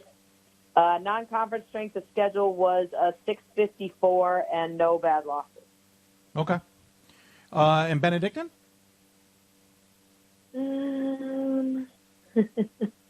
What region is that? Central, sorry. I could help you there. You really got me flipping around here. Yeah, I'm jumping on you, and I apologize. Got my 8 regions here. All right. They were ranked 7th. So 24-3. 3-3 ranked wins. Their strength of schedule is a 509. Okay. Yep. So what jumps out about them that gets that at large? Or I guess the non-conference was the 509 you said? Yeah. Okay. No. Oh, the regular. Yeah. Okay. Yep. So what jumps out about their resume then? I think it was the record 24-3 and the 3 ranked wins. Okay. I'm almost tempted as a joke to jump into the East region for you. But speaking of which, we had a situation, and I think we chatted about this earlier off air, but we had a situation on our panel where we had Cabrini and NYU at the table at the same time. And I don't know if you guys did or not at the same time, and that might be a big difference here. And you mentioned earlier Cabrini had the 4 bad losses, but they did have the head-to-head win over NYU. And from a lot of what I gather over time, the head-to-head should be respected, and certainly don't want to disagree with that. Of course. Maybe we overthought it or we didn't think it through enough. I don't know which. But we decided to hang NYU out because of Cabrini. In other words, if we're going to pick NYU, we got to take Cabrini because Cabrini's got to win over them. Right. Was there other data points we missed, didn't appreciate? And granted, we don't have all the data.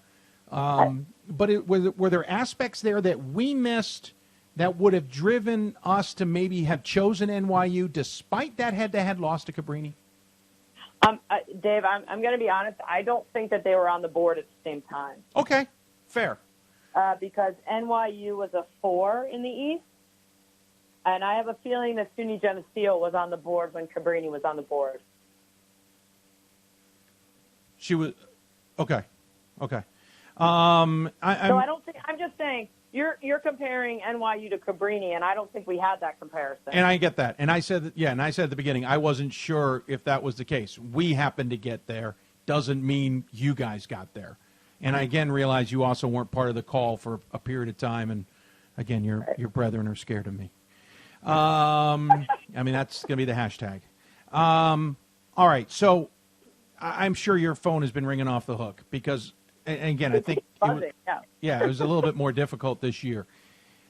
I'm curious how you attack those questions or handle them, maybe is a better word, when you get questions from, and I don't know who's called you, but I'm just going to use names, an Augsburg coach or an Ohio Northern coach. Well, I don't know if I want to talk to Michelle, or a John Carroll coach or any of these others who felt like they were maybe deservingly in the tournament and didn't. How do you handle those calls? Sure. I mean, that's part of my job as the chair. And what I try to do is, I mean, honestly, I've had a lot of those phone conversations, even if throughout the ranking period. And then obviously, and I would rather have them call and let's have a conversation. And I'm very open, same way I am with you, Dave. I try to give you as much information as I possibly am allowed to. And if a coach calls, I'll just sit down and go through the rankings with them. I'll go through their resume. I'll tell them what I see, and I'll explain to them the rationale. They might not always agree with me, but we also want to help teams. Like I had a conversation with a coach last year who didn't get into the tournament. He had a pretty good resume, didn't get into the tournament, and he called, and we talked. And I said, listen, like you've got to do something with your non-conference schedule. Your conference is weak. Your strength of schedule is not good. Like you've got to try to go out and play some other teams and do some other things. And this is how you compare to other teams. You need a ranked win or two, that kind of thing. So I think and I get it. Like we want to put the best field of 64 in, but I also know what it feels like to not get in. Mm-hmm. I mean, we've all been there. We know what it's like when your team doesn't get in. It's awful. And I look at. If I was Ohio Northern, I wouldn't feel great about it either. No one feels good about it on the national committee. We wish we could have gotten them in, but we couldn't. The numbers and the other teams that were in, whenever one team doesn't get in, another team does. Right. Are you really saying, like, oh, this team does not deserve to get in the tournament? I don't think there's anybody in this field that got an at-large bid that doesn't deserve to be in the tournament. I'm never going to argue that because there's always more teams deserving to be in the tournament than can be in the tournament, period. Mm-hmm. And we're always going to get to a point, even if I got all of them right, we're going to have people who aren't up. Even if we got them all right, I mean, and in our mock selections, there's not going to be anybody out there who's going to be happy with the selections. I'm curious. I asked Sam this to some degree. Did you guys is anything about the criteria you wish was slightly different or adjusted or something to help you guys maybe make the decisions a little bit better? Or does the criteria work? In my opinion, I think the criteria works. I felt like the addition of the non-conference strength of schedule, and you and I talked about this, I thought it was a good addition. I thought that it has helped us. Would it be I don't know. You could argue, like, would an RPI, a use of an RPI, would that help us? I don't know because I haven't, I've been working 5 years in this system, so I'm comfortable with it. I understand how it works. Try to find the balance. I like that it's a whole body of work. I like that we're trying to look at everything. I like that we're trying to balance between win-loss and strength of schedule and ranked wins and all of that stuff. So in my opinion, I think the criteria does work. I know, I think I asked you this earlier in the year, and I'm kind of curious now that you've gone through it another time. Would not having the names on the screen help, hurt, indifferent? Names of the schools. Oh, I see. So would it be like number 1, number 2? Just a blank. Here's your resume from the Atlantic. Here's your resume from the Great Lakes. Here's your resume from the West, et cetera. Yeah, maybe. I mean, I don't know. Yeah, maybe. I think it'd get a little confusing. Sure. You could probably deduce, too, looking at their schedule. Right. Yeah. I'm just curious. I mean, I honestly, I don't think it's like that, though. Like, I really don't. Like, not in my experience, Dave. I don't think that someone's getting in because of their name or not getting in because of their name. I really don't feel that way. I can't tell you how hard the members of the national committees that I've been a part of have worked to try to, get the best field possible and give everyone a fair opportunity and provide those team student athletes with the best possible experience. I mean, we're all volunteering hours and hours and hours of our time. And we do it not like unselfishly. Like I don't need to do this to help my team. You know what I mean? My program is established. I don't need to do this. But I want to help women's basketball, and we all work really hard at it to try and do the best we can.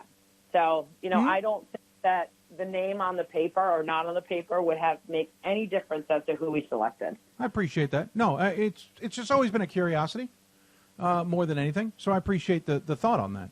Let's switch gears to bracketing because I don't know how much further we can go down that rabbit hole unless the guys are thinking of something. Let's talk about bracketing. Fascinating bracket. Let me start with the one that made me a little giddy on the show, if you were watching. Certainly made me giddy on the men's show. The Northwest Conference teams are not in the same pod in the northwest part of the country. Yeah. Did you slip one past the NCAA? No, we didn't. No, we have we flew out the west. Yeah, we have 3 flights. So, it's been something that we've been working on, and I think that we feel good about it. We wanted to give them some different opponents. God, if we could do that for Texas, we'd be thrilled. I think that we're always talking about Texas and the West. Like, we're always talking about those 2 areas and trying to give their student athletes a different experience and trying to give their student athletes a positive experience. And this year, I thought that the National Committee did that for the West team. Like, we're able to fly them out and give them a different experience. And, and I hope it'll be a positive one for those teams. I think it's, and we tried every way to Sunday to try to do something with the Texas pod too, but we couldn't do it. We got 3 flights. That's what we're going to get. We're not going to get 4 or 5. And, and that's where we ran into a couple situations with the Texas and then with Oglethorpe. That's a situation we would have liked to have been able to perhaps have them host, but because of their location, it would have created one more flight, and we couldn't figure it out. We couldn't do it. There was no way to do it. Logistically. We tried everything. I was watching the bracket reveal clip that they sent out, I think from UMHB, and admittedly it might have been the least enthusiastic. Granted, they knew they were in. But I think they saw the 4 Texas schools too, and you could see a few of them looking at each other like, "Oh, don't we know that team?" Right. But yeah, we kind of knew that was coming. Any calls from anybody about the fact? I asked the men this about Pomona Pitzer heading to Atlanta, but you've got George Fox heading to just outside the nation's capital in Marymount. Long trip across the country. Any feedback on that? No, I think it's been, as far as I know, it's been positive.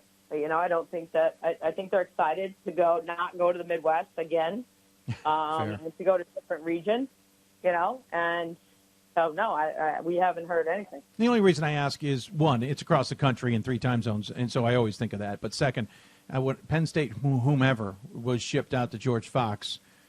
I got a few people asking me about that, weren't pleased. I thought it was great, and I understand there's travel, but it's the NCAA tournament, and it's cool to have that experience. So George Fox in the nation's capital, not the worst thing in the world. Any calls from Redlands about the fact they're getting lined up with Whitewater? No. No, I didn't think so. I think it's actually a fascinating matchup. Some other things that jumped out at me. You guys seem to have a little bit, I don't want to say more creativity, because I think there's always been a little bit of creativity, but you certainly seem to maybe have some fun. And again, I want to step back and clarify, you didn't participate, and maybe we can jump into that in a moment here. Yep. But I know you asked some questions, as you said earlier. The bracket had a lot of interesting mixing up, as it were. Sure. Yeah, and I thought, so Dave, let's just get into it now. So I obviously was not on the bracketing. Yeah, we'll just do it now. I was not on the bracketing. And, you know, the guidelines that we have filed from the NCAA is that if your team is in the tournament, you are not on the bracketing. Because we felt the NCAA feels like that creates an unfair advantage. So any of the national committee members that were in the tournament were not on the bracketing. Now, I put a request into the NCAA to review that and see if we could make an exception for this year, because we knew we were going to have a few members in. They said that they wanted to stay with it, but we came up with a compromise. And so what happened was that nobody in the tournament did the bracket, but then the bracket was sent out to everyone in the national committee, and we had an opportunity to review it all morning. And then what I did was I got on the call with the members that did the bracket, and we talked through a bunch of things. And then that's when we made some switches, and we made some adjustments, and you know, fresh eyes look at the bracket and see something different. And then, you know, I thought we did a really good job. And I thought they did a phenomenal job. And obviously there's 6 people working on the bracket. It's not like there's 2 or 3 people doing the bracket. But then, you know, the opportunity for everyone to look at it through their region's lens, you know, and see, and then pose questions like, hey, can we do this? You know, is there a way that Chicago can host? You know, is there a way that Oglethorpe can host? Like, those are some of the questions, you know, and then we go look at it. We try to rework teams. We try to move some things around, and, you know, we couldn't get those 2 things done, even though we would have liked to.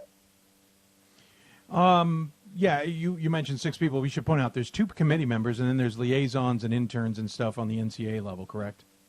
Right. Yeah, and they're sometimes crunching the math for you guys. You guys also have a computer system that gives you mileage based on the NCAA mileage, by the way, folks, not Google Maps or anything or the like.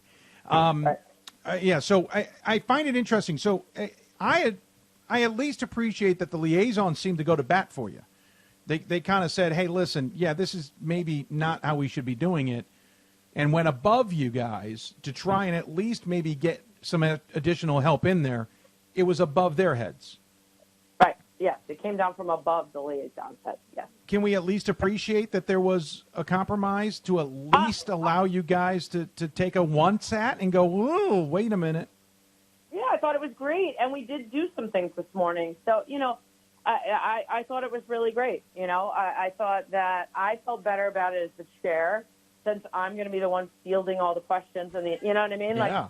Like, I felt much better about it, and I think that the national committee members that were on the bracketing felt much better about it. You know, we want to get it right. That's the point. Sure. We want to get it right, but we don't want to create an unfair advantage for people, you know, and so I thought this was a compromise. You know, it's hard. I mean, you know, it would be hard to be on the bracketing and not, I mean, how are you really, like, I don't know, as a human being, you cannot notice who your team is going to play and who they're going to play next. Do you know what I mean? Yeah, like, no, I get it, yeah. It's pretty tough to do. By the way, I did find some interesting things about this bracket, the way it shook out in the second weekend. The same question I had with Sam to some degree on the men's side, Sam Atkinson. Sometimes you have some great ideas in that second weekend, and they come back and go, that's gonna mean a flight, or that's gonna mean this.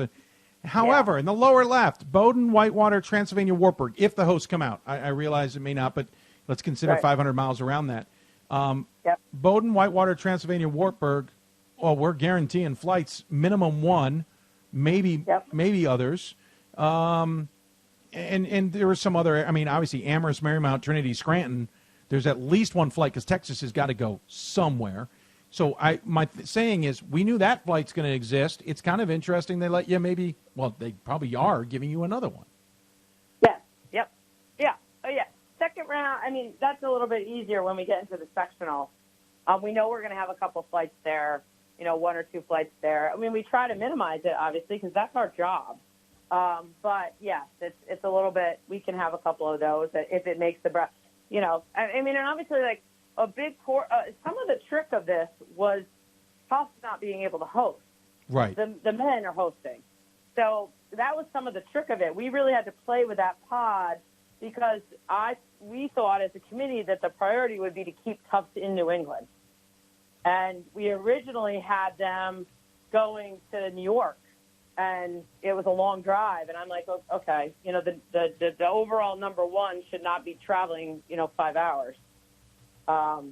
So, I mean, that was some of the reworking that we had to do in that upper left corner to keep Tufts in New England, which I think is a priority. We tried to make that a priority. Let me back up a step. I feel like we missed a golden opportunity, Karen, to have a tournament on the black court at Oglethorpe. Maybe I'm biased because I want to see on the blacktop, as it were. I know you said that obviously in that mix-up, I apologize, wrong word. In that mix group of William Peace, Oglethorpe, Randolph-Macon, and Transylvania, you can't get everybody to Oglethorpe because they're outside of 500 miles other than maybe William Peace, and I'm going off the top of my head there. And I know Randolph-Macon certainly can't. That said, could there have been other decisions that maybe allowed Oglethorpe to end up hosting anyway? We certainly tried. Okay. I think we looked at a variety of scenarios to try to get them to host, but we couldn't. Any scenario that we worked would have created an additional flight to what we already had, and we just couldn't make it work. Okay. I'm just asking. I'm just curiosity. Some people have asked about Chicago. Seemed like a pretty solid resume, maybe to get a hosting opportunity, especially in that part of the country where you got a lot of teams that can get there. Yeah, I know. It was crazy. I thought we had Chicago hosting. We thought we would have had it. We thought it would all work, and then somehow Williams was in there, and we couldn't get all the spots were full, and we couldn't get Williams anywhere with Chicago hosting. We certainly didn't want to put them in the Tufts pod. I mean, you have a lot of NESCAC schools, so you've got to move them around. They can't go in with Bowdoin pod. They can't go in with Amherst pod. They can't go, we try to move them around. So that's kind of how that ended up. We just couldn't make it work. Okay. Yeah, and I'm just curious, some of this stuff, I mean, to be honest with you, I'm nitpicking a little bit just to have some creative questions, because overall... Dave, it's super fun when you nitpick. It's awesome. Karen, you're lying. You're lying, Karen. Oh, my God. No, because I overall, I do find some of this interesting, but I know people have questions, and so I'm just trying to give insight. Sure. And so if I can find some little tiny things that can provide that insight, I think it's helpful, even if it is to a nitpick. It's kind of like picking out the best thing on Top Chef. At some point, they're going to have to nitpick the chefs. Sure, I'll give you one more. I'll Great. nitpick one for you, all right? Awesome. So one of the things I wish we could have done a little bit differently, but we couldn't. We tried. We looked at it. Is that Scranton pod? Christopher, Newport, Widener, Scranton, Endicott. Sure. 3 teams out of the same region. Yeah. All in the same pod. We would have liked to have gotten Christopher and Newport out of there, but this is what we're looking at. All right, so we can't fly them. So all right, so let's put Christopher Newport in the Messiah pod. Ooh, you were going where I was going. I love it. Go ahead. Right, yeah, but they played Messiah in the regular season. Okay. So we try to avoid that when we can. Even for a second round game? Yeah. Okay. So we tried to avoid that, and then we were like, okay, well, we couldn't get. If Rowan would have hosted, then they would have probably gone to Rowan. But that didn't work. We couldn't get that to work, and then we could have put them in the Marymount pod, but they used to be in Marymount's conference, only 2 years removed, and you and I both remember the debacle from last year. So I don't know. What do you mean, Karen? Yeah. So we avoided that. I was like, oh, no way. We are not touching that. So no. So, you try to learn from a couple things from the year before. So anyway, that's how it ended up. But to be honest, this is the regional tournament. It's a national tournament, but from an NCAA standpoint, it's a regional tournament. Those teams have not played each other in the regular season. Even though it's like familiar names, they did not play each other in the regular season. So, I'm surprised we didn't see a Regis Montclair State game. Okay, now I'm going deep into the well there for that. For our longtime D3 hoops fans, they'll get that joke. Yep. Yeah, there was another one you kind of brought up. You hinted at Rowan there. So is it because you guys wanted to host at Rowan, or as I asked Sam, and I'm not alluding to Rowan here, but in general, did you have situations with hosting where you wanted to go someplace, but someone either didn't put in paperwork, complete paperwork, or whatever? No, we didn't have that situation. Okay. So what was the Rowan? You just couldn't make it work? We just couldn't. Yeah, we couldn't make it work. Okay. With some other things that we were doing. Gotcha. And just wouldn't. Just the way the way the teams were. Sure. So, any other thoughts? Any other things about this bracket or about what you all did that you think is important to point out? Oh, I think it's important to point out that, you have a national committee that cares and that works really hard. And, there's always going to be people that aren't happy. And we tried to be creative with the bracket. We put it together with a full national committee approval. This is the national committee bracket. And, I think that there's always going to be things that we wish we could have done a little bit differently, but we work within the constraints of what we have. And, I think that there's a lot of really good stuff in this bracket, and like you said, we could take it apart every year. We try to learn from mistakes in the past, or not mistakes, but things we did in the past that, like the Regis rule. We have that rule now. Yeah. We're not going to send that matchup 2 years in a row. We're now avoiding, conference matchups in the first round. The NCAA is in that pilot program. That's an awesome thing. So, that's really it, You want to pick favorites for us? I'm just kidding. I know you're not going to do that. You do have a job in this one. You guys get George Fox. I know. That's at Marymount. Wave when you go back by my house, by the way. Please be courteous. I am kind of curious what you think of taking on the old Bruins there and welcome Michael Coppolino back to the East Coast. That's right. Well, I do like Mike. He's a pal of mine. So, you're not going to be pals by the end of this. Yeah, I'll tell you this. My last memory of George Fox is losing to them in the Final Four out in Michigan. Was that 2015? Yeah, 2015. That's what I remember about George Fox. So they are a heck of a basketball team.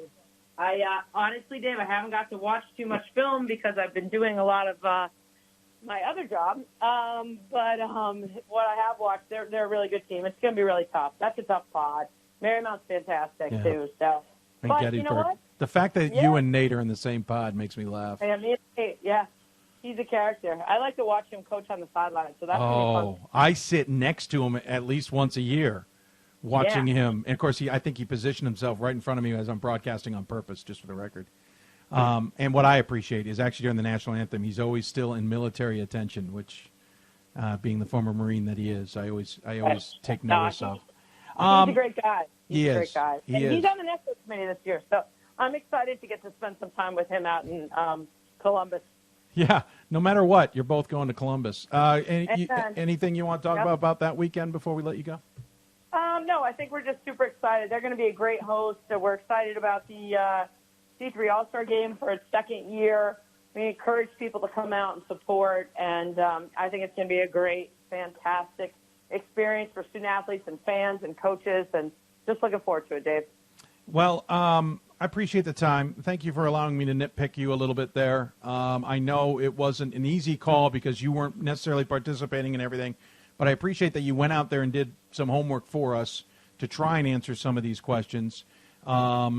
And, yeah, I just appreciate it, and I appreciate you guys at least humoring us as well and answering these questions the night of a tournament being announced and all that. With that note, I'll give you the final word. Any final thoughts you want to share with those tuned in? Nope. Just good luck to everyone. Enjoy some great basketball. It's going to be really fun. And happy March Madness. Very well said. Karen, thank you so much. Enjoy the tournament yourself, will you please? Thank you. Have some fun in it, and again, wave as you go by my house. Be nice about it, and we'll talk to you later. Take care. Thanks so much, Dave. Absolutely. Karen Harvey joining us on the BlueFrame Technology Hoopsville Hotline here on the Sensible Sports Marketing Hoopsville Bracket Breakdown Special. Appreciate Karen coming on the show. I probably could have asked 100 more questions. Some of the stuff I could ask behind the scenes. You got answers. You may not like those answers. We may not love answers. That's part of this. Gordon hit on it. Two things. I'll repeat what Gordon hit on, what I mentioned earlier in the show. During our bracketing, Gordon remembered what Karen said on our Thursday show, that they look at bad losses. And I think we were doing a really good job with that, and then somehow we got derailed, and it may have been a comment of mine. I don't know. But Gordon was hitting on that throughout. And maybe we should have listened more to that. The other thing that Gordon hit on was, hey, the last 5 spots that we pick, or 6 spots that we pick, 15 through 20, just because we pick you doesn't mean we're right. Just because we pick you doesn't mean the committee's going to pick you. The committee has a lot more data than we do, to be blunt. And I know something Karen and I have talked about. We talked about it on a previous show.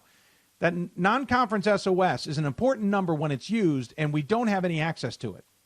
On the men's side, we get to see it because a mathematician is doing that math for us, or a data guy. Matt Snyder is doing that for us. We don't know if it's perfectly right, but we feel it's right. We don't have that on the women's side. And so that information would be helpful, too, included at least on the data sheets. Personally, I wish those SOS numbers were more readily available, period, from the NCAA, but that's a different conversation. So there you go. You got some answers. You may not like them. I apologize. Anyway, we'll take a break. When we come back, at least one of the crew wants to join us. Anyway. One of us, somebody wants to join us, and they'll join and get a breakdown. We'll do about maybe 15 more minutes of this show, because honestly, I don't know if I got the brain power to keep going. You're listening to Hoopsville, the Sensible Sports Marketing Bracketing Special. I want to thank our friends today at Sensible Sports Marketing, who are sponsored to last night's show and tonight's show. If you're looking for promotional products and apparel, Sports Marketing's Sensible Sports Marketing is the largest selection in college athletics. If you can dream it, they can do it. From game day giveaways to premium door gifts and plenty more. Go visit them online at getsportsense.com or call them at 800-575-4765. When we come back, we'll see which members of the staff want to join us here on Hoopsville for a powwow about the brackets. You're listening to Hoopsville, presented by D3Hoops.com from the WBCA NABC Studios. More after this. We are the coaches of women's basketball. We are leaders and teachers, dreamers and winners. We are professionals who conduct ourselves ethically and with integrity. We place the education, safety, and well-being of the athletes we coach above all else and teach them the fundamental values they need to succeed in life. We are coaches united for the good of our game and those who play it. We are the WBCA.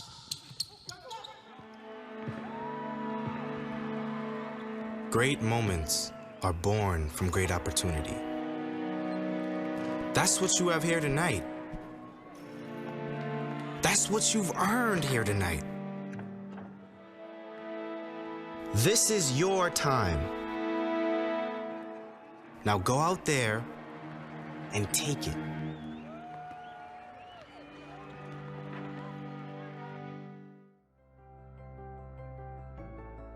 It's on us. It's on all of us. And it's time to act now. It's on us to start the change. It's on us to be the change. It's on us. It's on Division III. It's on all of us to stop sexual assault.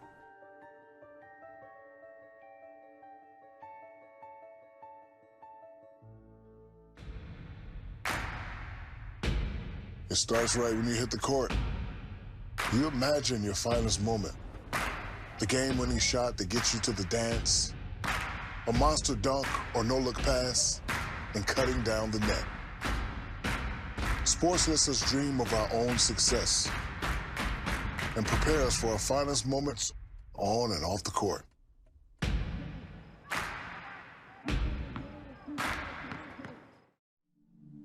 I used to never really talk. Ever. I was afraid if I said something wrong, everyone would laugh at me. But then I started to play golf with Special Olympics. It helped me to find my voice. And now everyone else is speechless.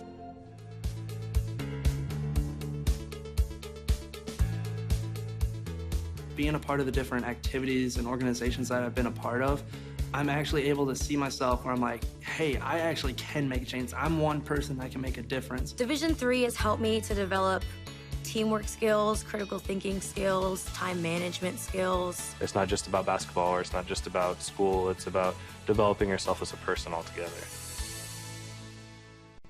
I learned a lot of valuable lessons playing college football. I never thought about the health benefits of exercise until I actually started to talk to coaches in college. It's not only just for performance, it's for life. My coaches instilled the importance of well-being, not only building up strength, mental health, getting enough sleep, eating properly is all what it is to be healthy. I decided that I want to go on a personal trainer and share my knowledge that I obtained in college about physical and mental well-being. I'm a Division III student athlete, and I know how powerful words can be. The term gay doesn't mean stupid, lame, or less than. So I pledge to speak up if I hear the term gay used in a derogatory way or any other homophobic terms. If you can play in Division III. I'm a Division III student athlete, and my teammates unconditionally accepted me as part of their family. So now I pledge to do the same for others. If you can play in Division III. And welcome back to Hoopsville, everybody. I hope you're enjoying the show. If you got questions for us, you're more than welcome to jump in and check with us. You can tweet us at D3Hoopsville or hashtag Hoopsville. Email us, hoopsville at d3sports.com. That's always a lovely place to do that. You can also, Facebook, facebook.com/Hoopsville. And there's always youtube.com/D3Hoopsville. Do take the time to join us and chat. And I'm not going to tell you our answers are great. I'm about to, in a moment, share with Pat an email that I got tonight from a lovely viewer that I probably shouldn't have gauged in. That's my own darn fault. But I'm also stalling as I try and get the my shot set up with Pat. Pat Coleman joining us here on the show via the BlueFrame Technology Hoopsville Skype hotline. Hello, sir. Welcome to the show. We don't get to see you all that often. No, and that's probably for good reason. Is this my camera? But I appreciate my, my first trip to Hoopsville of the year. So here we are. Yeah, first trip. You're right. By the way, there's a job opening, apparently, you just told me, at MSNBC if you'd like to apply. It would, Chris Matthews, apparently, if you want it. All yours. Openings in the Your audio dropped on us. I didn't hear you. Well, there it is. I was just making a joke about there being open spots in the presidential primary, so it was probably good that it got dropped. Well said, sir. Well said. Yeah, I turned my phone off of notifications or turned them back on when I got done with some stuff today, and I looked up and my phone started blowing up from all of that. But then the D3 stuff blew up. All right, so let's start with the fun here. Let's start with the women's side. First and foremost,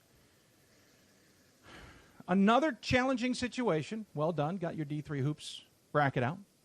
Another challenging situation here where the rules are limiting the committee from participating. Now, I'm never going to argue that a person's team's at the table, they should be involved. Never going to do that.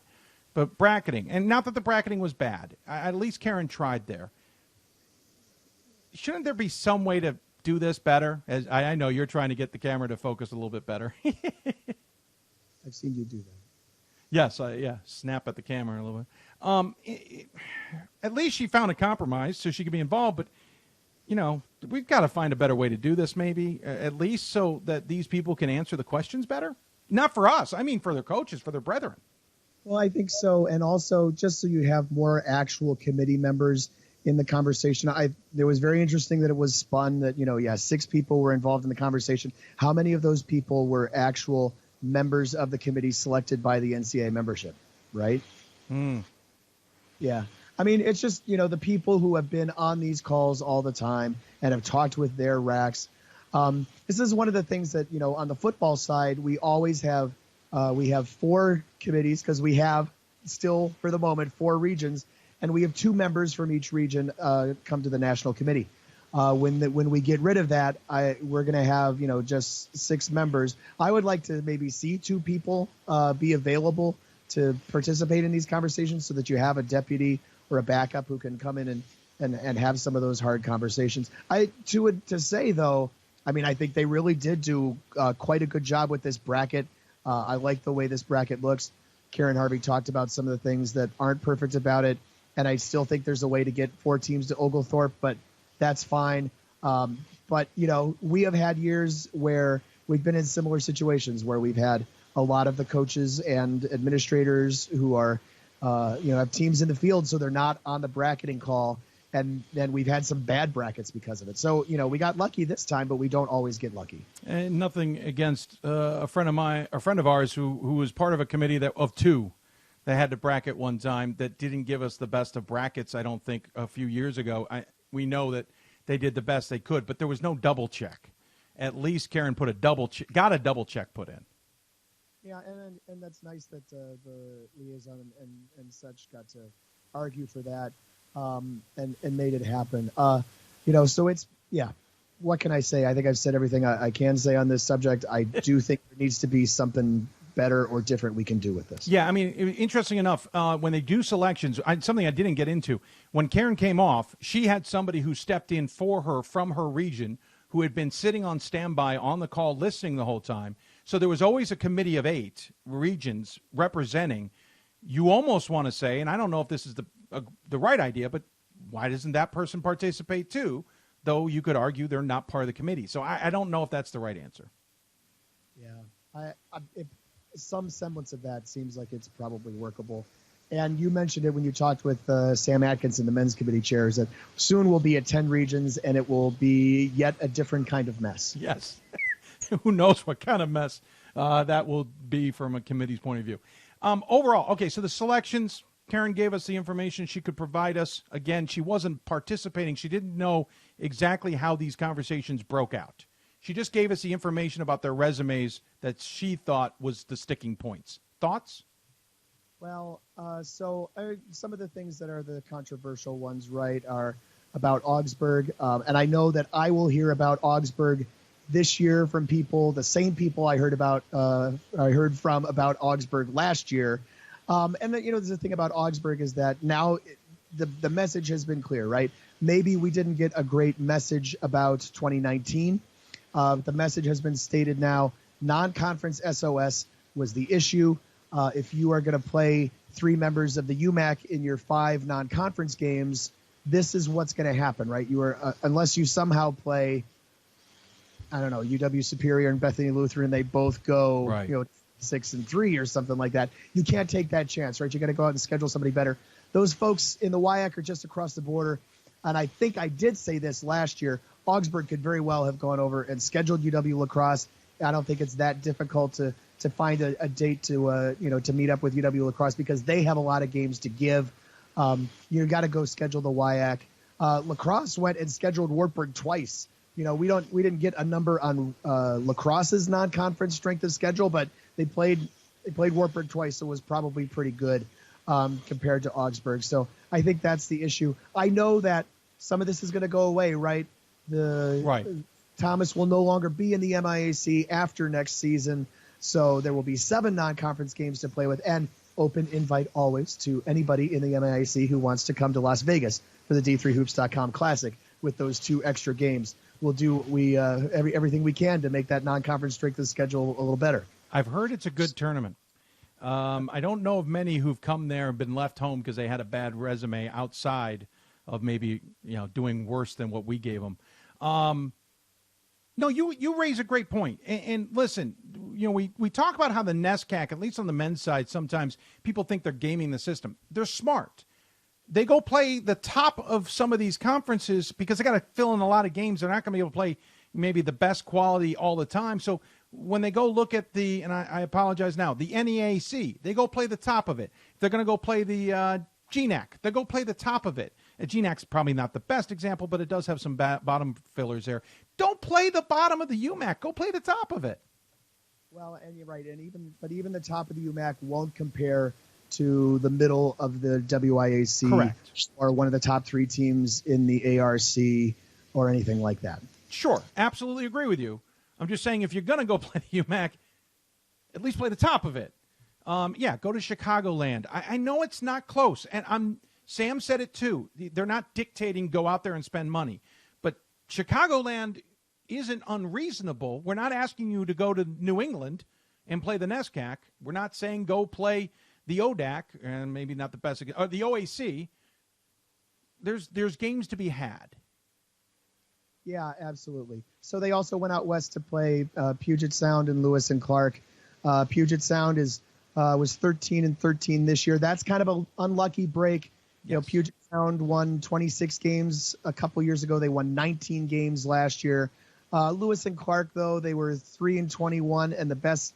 You know, they haven't had a 20-win season since 2013. So, You know, if you're going to spend the money and make those trips, you gotta make sure that you get the right 2 teams when you go out somewhere. Well, and here's the thing that's interesting too, Pat. Augsburg, they had one other thing going against them. They had 3-3 versus regionally ranked opponents. 3 of those wins were the team behind them in St. Thomas, and St. Thomas's non-conference SOS was .200 higher. Not .02, .200. The only reason St. Thomas isn't in is because they laid 3 eggs against Augsburg. Well, and that's, and St. Thomas was not as good as Augsburg this year. And having seen both of those teams, Augsburg was definitely better. But yeah, exactly. St. Thomas has been at this level for quite some time. They know how the game is played, for lack of a better term. Ruthson knows how this works, right? So go out and schedule the type of teams that are going to make that sort of thing happen, even if you only have the 5 games. And yeah, Augsburg, kept St. Thomas out of the tournament, but because Augsburg beat St. Thomas 3 times, and then Augsburg didn't have the resume to get in on their own. Right. And we can beat this foot into the ground 100 more times. We don't need to, but I just wanted to kind of point that big one out that I thought kind of was a sticking point. Anything else that jumped out at you about the women? I mean, the OAC conversation, I don't know how much more I can dive into what Karen had to say, but anything else that jumped out about these selections?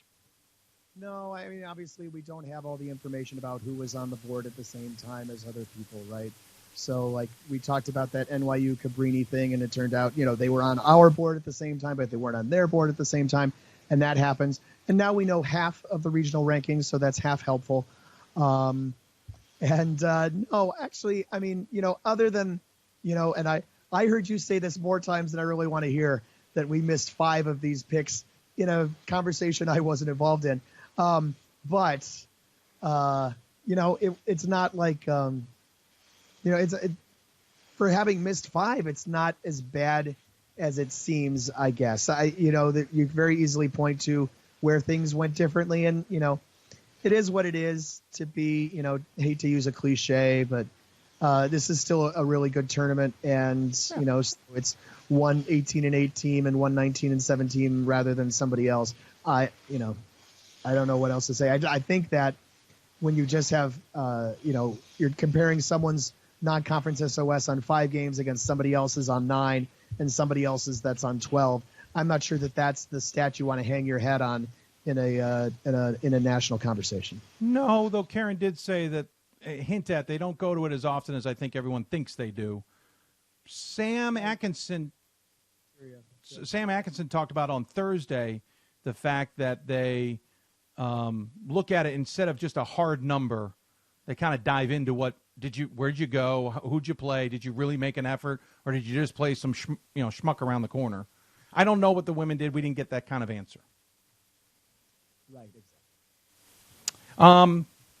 Any other thoughts before we jump off of women? We'll get to men here. Okay, let's jump to the men. I found it fascinating on the men's side. By the way, I always find it fascinating when we only miss one, just for the record, because I thought it was And we've done that. We've missed one or less 3 times in the last 6 years, so I was pretty happy about that. Yeah, that's pretty good. And I thought it was very tough. Yeah, right. Especially because we were, I was really shouting at the screen yesterday during the men's mock call. It's like, yes, we understand that we have been given this central rack information, and I trust that it is the accurate central rack information. I really wanted Mike DeWitt, our former national chair, to be asked the question, would you change this? Would you, in a committee that you were on, would you change this? And then have our committee go through that process, because I thought we presented him that chance. Well, I'm sorry? I thought we did try to present him that chance.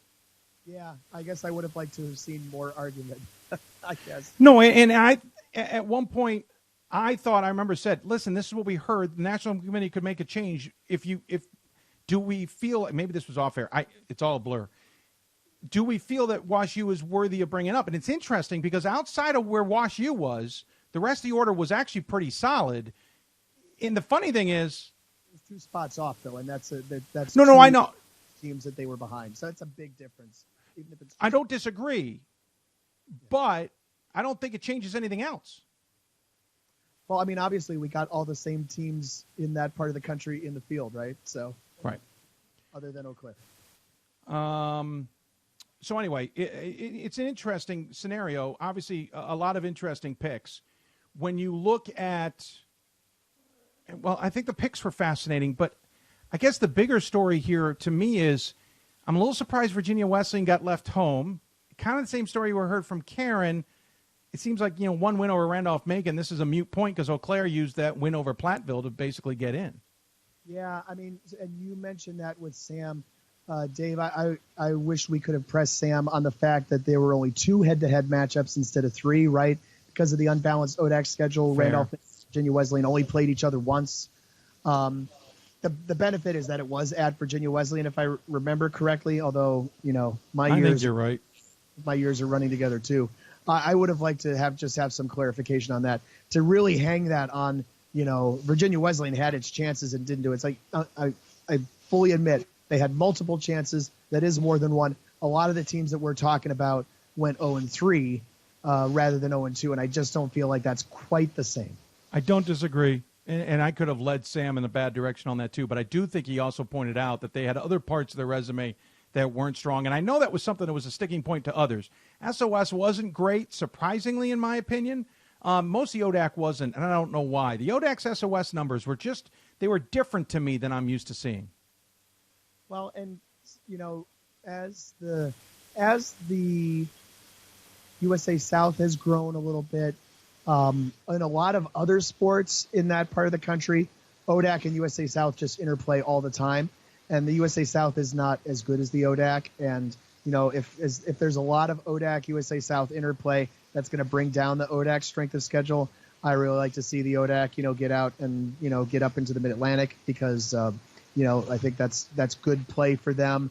In a lot of cases, it's not too far. In some cases, it's far, right? It's far for Guilford. It's far for Emory and Henry. It's far for Eastern Mennonite and Bridgewater and that sort of thing. But it's not impossible for everybody. And I think that's where maybe some more interplay would be great. Anything else about the selections? I just open the table because I don't have anything specifically that jumps out at me that I think you might be interested in. No, I don't think so in terms of the selections. I really love the bracketing, though, because I know we're going to talk about that, so maybe we'll just dive in. One of the things that Ryan and I, as we were doing the bracketing last night, kind of got hung up on is trying to figure out, again, since we've got another new system, right? First time they've ever tried to build the bracket this way, how important is that we keep all 8 teams inside the 500-mile circle? So we would never have really thought about putting Elmhurst against Lyco at Worcester because we would be concerned that we would end up with a game between Lyco and Pomona-Pitzer, or 2 teams on the 3 line that, could very easily end up in a round of 16 game or something like that. Or Elmhurst against, Center or something like that. Elmhurst against Center works, but you understand what I'm saying. You end up with the possibility that you've got 2 teams who could very easily advance aren't within 500 miles, and we did not know what kind of leeway they were going to be given for that because we've never seen this particular bracket before. Yeah, it was an interesting bracket, and I was actually pleasantly surprised. Maybe I had lowered my expectations because that Sweet 16 weekend, I just buckled into my head, we're going to have some lousy matchups because there's going to be no way to avoid it when they're going to be so restricted the next weekend. Yeah, and instead what they did was they took the islands and put them in interesting places, right? They did not put the Emory and UT Dallas ones together. They put UT Dallas at Swarthmore because someone's going to fly. Let's send them to somewhere interesting. Same with the Emory pod was probably going to send someone in an airplane, so let's send them to play against the winner of Worcester, or probably the winner of Worcester to play the winner of Emory. So there's definitely a lot of interesting things here. And then they did do what some committees have not done previously and make sure that these things are geographically dispersed by the time we got to the Elite Eight, because, you know, you're paying the same amount to get everybody to Fort Wayne. It doesn't matter whether they play the adjacent pod or, you know, someone geographically adjacent or geographically distant.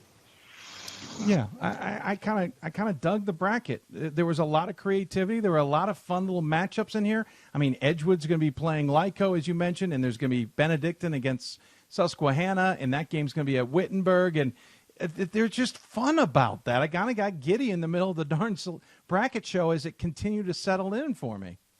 Yeah, 2 games in which Central Region teams play Mid-Atlantic Region teams. When does that ever happen? It has happened, I believe, but not very often. Occasionally, a couple, 2 or 3 times. Yeah. I don't know where to go next because the men's side, I thought overall did a really solid job. Now, they had everybody involved too, by the way, because nobody had to come off the calls. Nobody was involved. Their teams weren't involved. And maybe sometimes that provides some clarity to those who may usually have teams involved. I don't know. I'm kind of spitballing a little bit on that. But I felt like they approached it, and I feel like, this is going to sound a little crazy, I feel like Sam Atkinson and some others on that committee have allowed to change the committee's mentality a little bit, because they're doing work, and this happened a little bit before Sam or when Sam arrived. I don't remember which. They're starting to do work on these kinds of things a couple of weeks in advance. They're not waiting to do the bracket the night they get it. And so I tried to have this conversation with the football committee. It's like, when do you start doing your mock bracketing? It's like, we never do a mock bracket is what they say. And, you know, football's a bracket. It's 32 teams. It's, you know, there's no pods or anything like that. Sites. So it's not as complicated, but that still surprised me that they don't do that, because the men's basketball committee has done this now for many, many years, and I think it's been helpful. Yeah, I agree. I've asked the women a couple times. My sense is they don't, but I haven't asked it recently, so I don't want to say they aren't. Dave, my sense is they're scared of you. Yeah, hashtag scared of Dave. I think we ought to make that trend, or who knows? That was a fascinating moment, to say the least. I'm double checking. I thought I saw a question jump out at me. By the way, Alex Nagel says, I'd personally like to see a MIAC-WIAC challenge or a MIAC-ARC challenge. I know money plays a big role in D3, but getting home and homes with Bowdoin Tufts Hope would be a step in the right direction. I don't know if we can go to those 3 all the time. Hope is certainly possible. But, yeah, I mean, let's set something up and have some fun, MIAC. Yeah, MIAC, ARC, let's do it. Anything else about selections, bracketing, what you heard from Sam, what you heard from Karen that you wanted to touch on? I really like that this committee is being forward-thinking. I'm talking about the men's committee in terms of let's do the things now. We talked about it, obviously, for about a year, so we knew it was coming, but it is still new in that it's happening this week for the first time in terms of expanding the schedule of games so that we start at 1 o'clock and that we end sometime past 10:30 Eastern time, and that he specifically went out and said that that this could be, you know, something that we could see spread to other Division III sports. It should really do that. And I would really be excited to see that happen. So I'm glad that it's happening this year. And, I'm also looking forward to when we get to that round of 16, is there going to be some way where I can go somewhere on Friday night and see one Sweet 16 game and then like hop in a car and go somewhere else the next night and see another Sweet 16 game in a different state. That's what I'm looking forward to trying to be able to do. I was thinking to myself, that might be a little bit of fun to do myself. I'm going to get to games Friday. Thank you for bracketing an awesome bracket near me. I'm going to go to Johns Hopkins to see Yeshiva WPI and Hopkins take on, who are they playing? Hopkins is playing Penn State Harrisburg. Thank you. That's, At 6 o'clock. Now there's a 4.5 hour window in between. Oh, they changed the time on that? Yeah, that came in while you were, while we were getting started. Oh, that's a bummer. I'm only going to be able to see one of those games. It also means you can't do the Loeffler Lambada where you try to do the Johns Hopkins game and then dance up 95 to see Swarthmore with the other Coach Loeffler and his alma mater play at the lady game up there. How fun was that interview, by the way? Talking about his parents. That was awesome. I didn't see that coming. I didn't either. I'm glad that was a, I agree, though, as someone with multiple grandchildren of my parents, that you should definitely vote and root for whoever the grandchildren are rooting for. I thought that was the perfect argument. As one who currently only has the only grandchildren in my family, sans a few more months. Yeah, well, things happen. By the way, go ahead. I know that they were happy about sending St. Joe's up to Springfield. I thought the opposite. I thought that Jim Calhoun should really get the true feel of the Division III NCAA tournament and have to take a 8-hour bus ride somewhere. But obviously, they felt differently. He might not.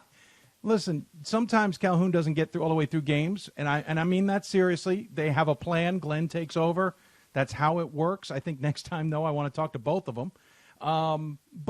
And maybe that's a fact. I don't think it was, but I agree. I do think it's kind of cool that he's going to Springfield to play an NCAA tournament game where he was enshrined in the Hall of Fame. I do kind of get a kick out of that, but I don't disagree with your take on that whatsoever. Certainly some creativity, not creativity, but some other thinking is there, but c'est la vie.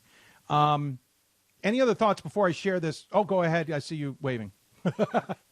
Just for example, I don't think the football committee ever took it easy on John Gallaudet because of his age. When the St. John's football coach was in his 80s, I don't think they ever decided, well, we're not going to send them to UW Whitewater for a 6-hour trip in the first round because he's 80 whatever years old. Fair. To be clear, I'm not saying that's what they were doing. I'm just saying I'm sure he appreciates it. I don't know if he'd want the long trip. All right, so I've got two things. One, if you want to stay, I got a really cool gift that randomly showed up in a box today from a school. I realize you won't be able to see it unless you're off the stream because I don't have my feed working tonight. But I do have an email I want to not share. I just want a sad email that I should never engage in, but I just want to make a comment about it. But any thoughts on these brackets to wrap things up, I guess? I'll kind of give you the final word on the bracketing. No, I really do think it was a great bracket, and I look forward to seeing it play out. Yeah, I agree. And by the way, going all the way to Atlanta, I'm really looking forward to that. All right, so this email I shouldn't have engaged in. Basically, this person was going back and forth, and by the way, never engaged with me at any point. This should have been my red alert. They basically said, such a sham that politics played such a huge role in who got in and who did not. Injustice for the seniors who play for a good old boys coach. Maybe it's time for 32-team NIT D3. First off, when I asked what politics, never got an answer. When I asked what good old boy, never got an answer. I asked if we work on injustices with seniors, shouldn't we just include all teams? Of course, got a snarky comment back. I said, maybe you don't understand how this works. The comment back was, well, I saw how it works at 12:30. No, you didn't see how it works at 12:30. You would have seen how it works at 6 o'clock last night on Hoopsville because we go through the selections. Sadly, I didn't engage, but there's so many people out there that it's just disappointing that they think politics are involved in all this. I thought we did a better job than that. People, you should look at our traffic in that, our traffic is, and then it's up a little bit in February, and then boom. Yeah. People pay attention yesterday and today, and, they don't know, and they assume, right? That's what everybody has told them. In the past is the way things work elsewhere, right? So they just assume. It's just not the way it works. But we don't reach all those people. They don't pay attention to us until February 28th. We can't take it personally. Oh, no. Not taking it personally. What, can I ask, and did he even say what team he was? Never said the team. I finally figured out in the last one saying 12:30 today that it clearly was a men's program. So we narrowed it down to 420 some odd schools, and how many that didn't make it? 360. So we narrowed it down. Right. Apparently it's a good old boy somewhere. I don't know if it's they're playing for him or it was a good old boy that got him in. I didn't get clarification on that. Didn't get clarification on what senior class we were talking about. I asked multiple times those questions because I was trying to at least figure out what we're talking about here to give an answer. Right. You could give the guy legitimate information if he were to share any details whatsoever. Right. And so I'm not taking it personally. I'm just disappointed. You make an email or a comment like that, and I make the effort to at least ask you, what's up? Let me help you. And your answer back is the same stuff. The only thing I figured out was men's because he mentioned, or she, I could be a she, mentioned 12:30. I figured out how it works at 12:30. Ah, we're talking men, finally, after 4 emails. Anyway, listen, a lot of people I know learn it new. I'm not taking that at that adage at all. It's just sad that some people don't want to learn. You know, people just want to vent. Yep. We until 7:45 Eastern tonight until anybody blamed us for their team not getting in. That's true. That's true. That might be a record. That might be. That usually comes out almost immediately. Yeah, exactly. Though I did get someone recently who called me saying, what the heck was it? It was something about either hosts or something that we should keep somebody in mind. And I called back and said, we don't do that. It was a good conversation, don't get me wrong, but it was a funny voicemail. I don't know if you want to what were you saying? With a donation to the Hoopsville fundraiser. There we go. That'd be appreciated. I don't know if you want to stay on for this or not. Up to you, but I wanted to show off the gift that we came on tonight. Yeah. So I got this random box. Sorry, go ahead. I'll see it about 45 seconds later on the monitor over here. That's true. So the family came home today and brought a box with them that had been in the mail. And in it was a couple gifts. I forgot to bring the box because I was going to give the shout out. Wisconsin Lutheran sent me a jersey, which is actually a pretty sweet jersey on the back, by the way. It's number 20, and on the back it's got their sword logo. It's also got this really cool NCAA already in the jersey patch in the upper corner. It is kind of an old, it's not really the NCAA basketball logo, but we'll take it. But here's the piece de resistance. We have another bobblehead to add to the collection. It is a WLC Warriors bobblehead, and it's a cool bobblehead. Let me just say, the mascot in fine fighting form with a really cool head on there. I'll keep it up until Pat can see it. That is absolutely, even my son was like, oh, dude, that's awesome. So that will be going into the bookshelf. And thank you, Wisconsin Lutheran, for a pretty darn good contribution to the studio. How about that? You got to find where you're going to find a spot for the bobblehead so that it's visible, because you get it all the way to the back wall, you might not be able to make out. Yeah, fair. I got some room on the table. Maybe we can put it off to the side on the table as a tip of the hat to them for the rest of the season. I guess so. There you go. All right, sir. Thanks for coming on. Appreciate it. Any final thoughts before we let you go? Dave, I have to say you are much more awake than in previous years. You and Karen Harvey talked about the debacle of, I guess, sending CNU to Marymount last year. I didn't remember that was a debacle. The debacle I remember on days like this is you trying to have a conversation with, guess which chair am I talking about? Oh, I already know. I already know. Dude, it's one I will never forget. It's one I was reminded of by a favorite chair of ours about a week ago. Yeah, I believe he's no longer a conference commissioner, if memory serves. I said his name, but yeah. Oh, you did? I missed it. That's all right. I'm sure hopefully the audience did. You chased him away, I guess. Yeah, it only took how many years? 2 or 3 years, I'm not sure. No, Steve's a good man. Not my finest hour. I've always admitted that. I always thought I'd become a better interviewer as a result of that. sleep was a problem. You and I decided to bracket because we were goaded into it by about 250 people online to do a women's bracket. And I said, sure, let's do that at 1 a.m. Yeah, not my finest day. I remember this is like many, many years earlier now, back when you were doing the show at Goucher. We did the Sunday night show, and then we were the selection show for women's basketball. And so we had to come back the next morning and be super awake for that. And I thought we did if I remember correctly, I thought we did a really good job. I thought we had audio and stuff like that. But, you and I did the thing. That's another one of those projects on sleepless nights on Selection Sunday, Monday, that one turned out maybe slightly better than a Steve Ulrich interview. But also that too. I'm bopping around now. I'm so sorry. Yeah. But, even if Karen Harvey, the women's chair, didn't have all of the information in front of her, she's so much better prepared than so many chairs that we have had on for that particular conversation. We've also had some men's chairs who didn't do a really good job, but I feel like, we have maybe had more women's chairs that weren't as prepared. I don't know if we don't talk to them as much, we don't prep them as much for these crazy kind of conversations by having conversations with them throughout the year. And that's why we don't glean as well too. I think that affected our selections this year. I don't know if we can make more time to do that, but I thought Karen did a really good job, and kudos to her. Even if some of the answers aren't what people wanted to hear, at least there were answers. And in so many years, we don't even get answers. We just get, well, that's what the committee decided. Like, then why are you having a conversation with us? Well, the committee decided, you put it on the record. Well, to some extent, when she said, Dave, I'm sorry, I don't have that right in front of me, and I could hear the papers in the background, I had a flashback. I don't remember what year it was, but I had a flashback to a committee chair on the women's side who says, Dave, I'm ready to go. I've got all my papers in front of me, and spent the next 30 minutes saying, I can't answer that. I can't answer that. I can't answer that. And I sat there going, then what's the point of the papers in front of you?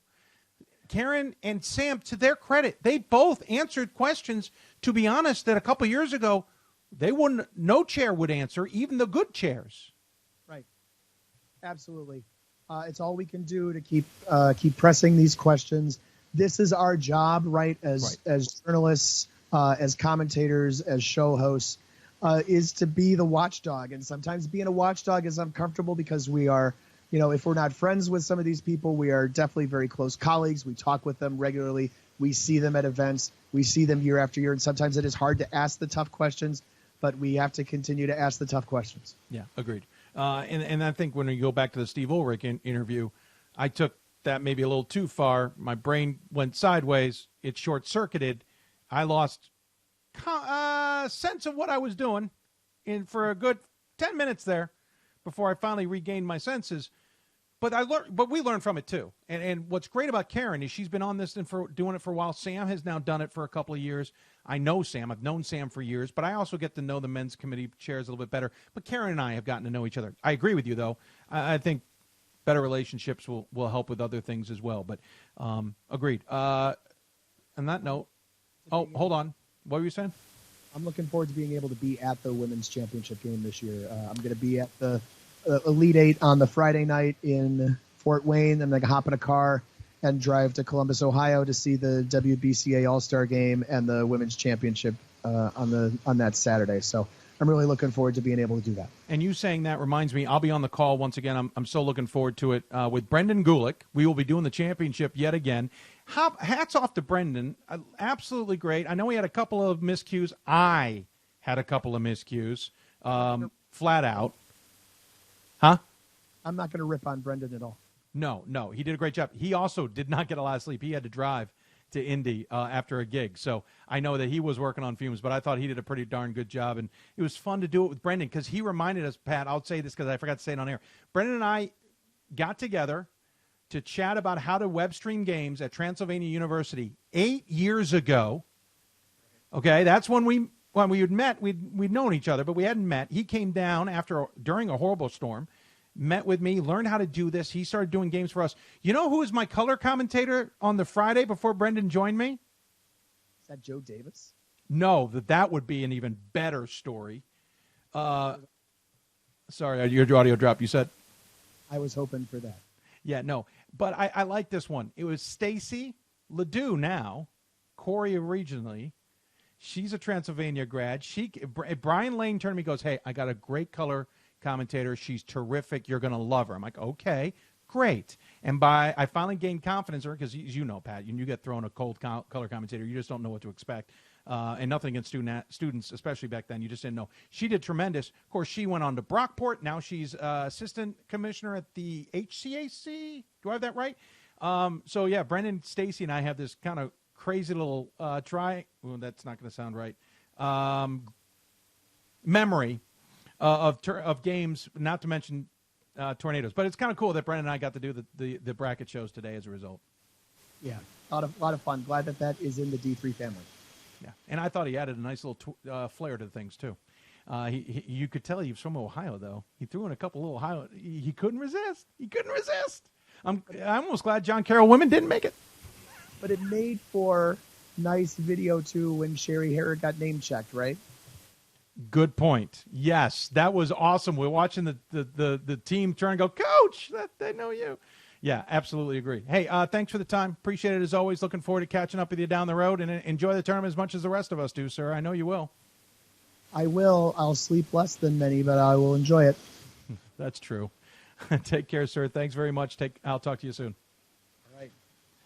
He is Pat Coleman, and there's my... We're back. Thank you. Appreciate Pat joining on the show there. Sorry about the audio, folks. For some reason, his audio was going in and out. I was riding it on my end. Didn't get it always right, but I hope you heard most of what Pat said. Pretty solid there. It's fun to have Pat. Doesn't come on the show as much as he used to for a lot of reasons.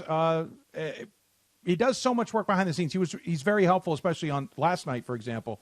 Very helpful with doing stuff behind the scenes. But I appreciate Pat coming on and saying his thoughts there. Oh, sorry, Ryan. Oh, yeah, I just saw you pop up, buddy. I apologize. I'm wrapping up the show. And we'll get you on maybe on Thursday's show, Ryan. How's that sound? If you got time Thursday, I want to have you on. Another Ryan asked me, I've watched your show. I'm reading this cold focus. I'm warning you now. I watched your show last 2 shows about the bracket and have a relative that plays for Susquehanna. I was just wondering what you think of the chances out in Ohio of winning in the first round and then beating host Wittenberg. Well, I'll start with this. Frank Marcinick, I never count out Frank Marcinick's teams, ever, at Susquehanna. Ever. The fact they won the conference this year, I think, speaks volumes to that. Their first-round game, I'm reminding myself, bear with me, is Benedictine. I think they've got a good chance. Benedictine's a good team, don't get me wrong, but I think Susquehanna comes in as the unknown. And I think Frank Marcinick has proven that they can thrive with that. As far as beating Wittenberg, if Wittenberg gets past LaRoche, why not, right? It's the NCAA tournament. I think there's a lot out there who will tell you that Wittenberg might be overrated because their schedule allowed them to have such a gaudy record, and Worcester beat them twice and once smoked them. And there's others going to tell you they're really good. Listen, I think Susquehanna's got just as good a chance as anybody else. They are a good team. I've seen them in person. They've got pieces that I like, and I'm always a fan of Frank Marcinick, I'll be honest. And so, yeah, I think they've got a decent chance. Why the heck not? Would be my thought on that. By the way, I didn't get any more donations. I thought I did. Just double-checking emails, and then we're done, folks, or other questions that might have popped up on our streams. See if they popped it. They did not. Just checking tweets. Will the NCAA tourney games be streamed? I don't know if Joe's listening to our show. Absolutely, across the board, they are almost always streamed by schools. We cannot take, some streams may not be great. Listen, Johns Hopkins streams will be outstanding. They're always terrific. But no, I think all games will be streamed. I'd be shocked if we find anywhere that isn't streaming at this point. And to be honest with you, if they're not, I probably would have known about it by now. But, yeah, all games will be streamed. So let's see here. UWL first 20-plus win WIAC team to not make the tournament, plus beat Eau Claire twice regardless, but their wins were better. Well, the committee completely disagrees. Todd? I'm not sure if you're listening to the show. I don't think, are they really the first 20-win team not to make it? Okay. Do you know how many 20-win teams don't make it in this country, in the tournament? We can go back to last year. LaRoche, just off the top of my head, LaRoche and Center didn't make it. There was a lot of talk about the fact there were a lot of 20-win teams that weren't going to make it this year, and I'm pretty sure there were a lot of 20-win teams that didn't make it this year. I get you talking about in the WIAC. I understand that. But you're automatically indicating that their schedule is better. Chair already said La Crosse didn't have a chance because La Crosse was 2 spots back of Eau Claire. Yes, they beat Eau Claire twice, but La Crosse's rest of the La Crosse's resume didn't stand up to Eau Claire's. That's basically where it stands, plain and simple. So I don't know what other people would want out of that. And I think we're going to wrap it up there, folks. I thought I saw another message.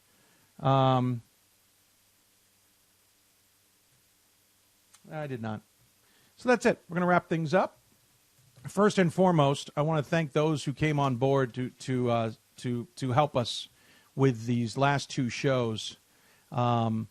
It meant the world to me that you felt this program was worthy of advertising or sponsoring on this show. First and foremost, Sensible Sports Marketing. Sensible Sports Marketing works with programs from every level of college athletics, specializing in big-time solutions for the small school budget. From designing posters and schedule cards to large format wall graphics and more, they've got you covered. Give them a check at getsportssense.com or give them a call at 800-575-4765.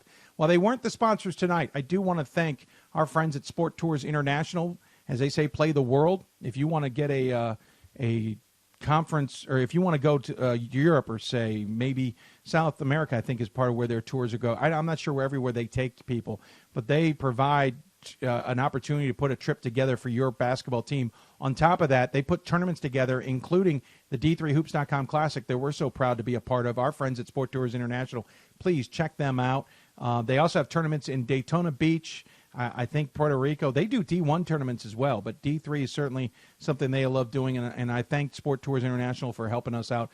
And Capital Elite Agency, as they say, prepare to advance. If you're a Division III coach who's looking to either advance in your career or any coach for that matter, it doesn't have to be a Division III coach, but if you're a coach looking to advance in your career or want better representation or whatever the case may be, check them out. Their Twitter account is Cap Elite Agency, Cap Elite Agency. Their website is capitaleliteagency.com. Give them a check. I really appreciate all 3 of those groups coming on board to support us. We randomly put out a call on Twitter on Friday. I randomly said, hey, why not? If there's anybody who wants to be a title sponsor of this show, whether it be Sundays and or Mondays, let us know. Come on board. We'd love to have you. And those 3 jumped at it. I got word from them at different times up until Saturday, jumped on board, gave us support, which was more than appreciative, and I thank them. I also want to thank all of you who have donated. Our goal was $5,000 originally. That was as of a couple of weeks ago. We upped that goal to $7,500 as a challenge. Unfortunately, we're at $4,500 roughly. That's not a knock at those of you who donated. I really appreciate it. If any of you out there want to donate to our show, we will keep up the donations for another day because there are a lot of you who might watch on demand and a lot of you might watch this or listen to this on the podcast. Here's where you can find the links to our PayPal donations. We have them on Twitter, and we will send them out again. We will pin it to the top of our Twitter profile. We will double-check that it's on Facebook as well and pinned at the top as well. And they're on our show pages. If you have any problems, contact me. I will give you a link directly so that you can donate. I know some of you asked about Venmo. It just wasn't a hurdle I could jump through this time, but PayPal is one that we did. So please consider. We'll keep that going for a little bit longer. The thanks of those sponsors and your contributions, it looks like we will make the trip to Atlanta to call the game. Not call the game. I shouldn't make that promise at all. I don't know what coverage is going to be like, but we will be in Atlanta for those championship is our plan. Obviously, a little bit more on the donational side, we absolutely will seal the deal. But I want to thank all of you. And then I want to thank the WBCA, NABC, and, of course, the entire crew at D3Hoops.com. I said this last night. I'll say it again tonight. There's a lot of times we have guests on who thank me for the website and everything else. Pat, Gordon, and Ryan do yeoman's work on the website. I do what I can. This year has been one of those years I haven't been able to help as much as I usually do. For example, no one may have noticed, but I haven't been blogging my top 25 this year. I've had other things I've had to focus on. And those guys do all the work for the website. They do a yeoman's work. I'll be stepping back into some of that role, but I don't deserve that credit. That's Pat to start with, and then it's Gordon, and then it's Ryan. They're the ones. I do the show. It happens to be at D3 Hoops. They give me the platform to be able to do it there, and I thank them for that. And, of course, so I just want to be clear. I don't want you all thinking I'm taking the credit, and I want those guys to understand that I certainly appreciate the work that they do. I also want to thank those at BlueFrame Technology for their assistance. Of course, they've been partners for a little while now. BlueFrame Technology is not only our streaming host, but our hotline host. You can watch us on Team One Sports app at the Apple TV, Roku app, Android TV, and Amazon Fire TV.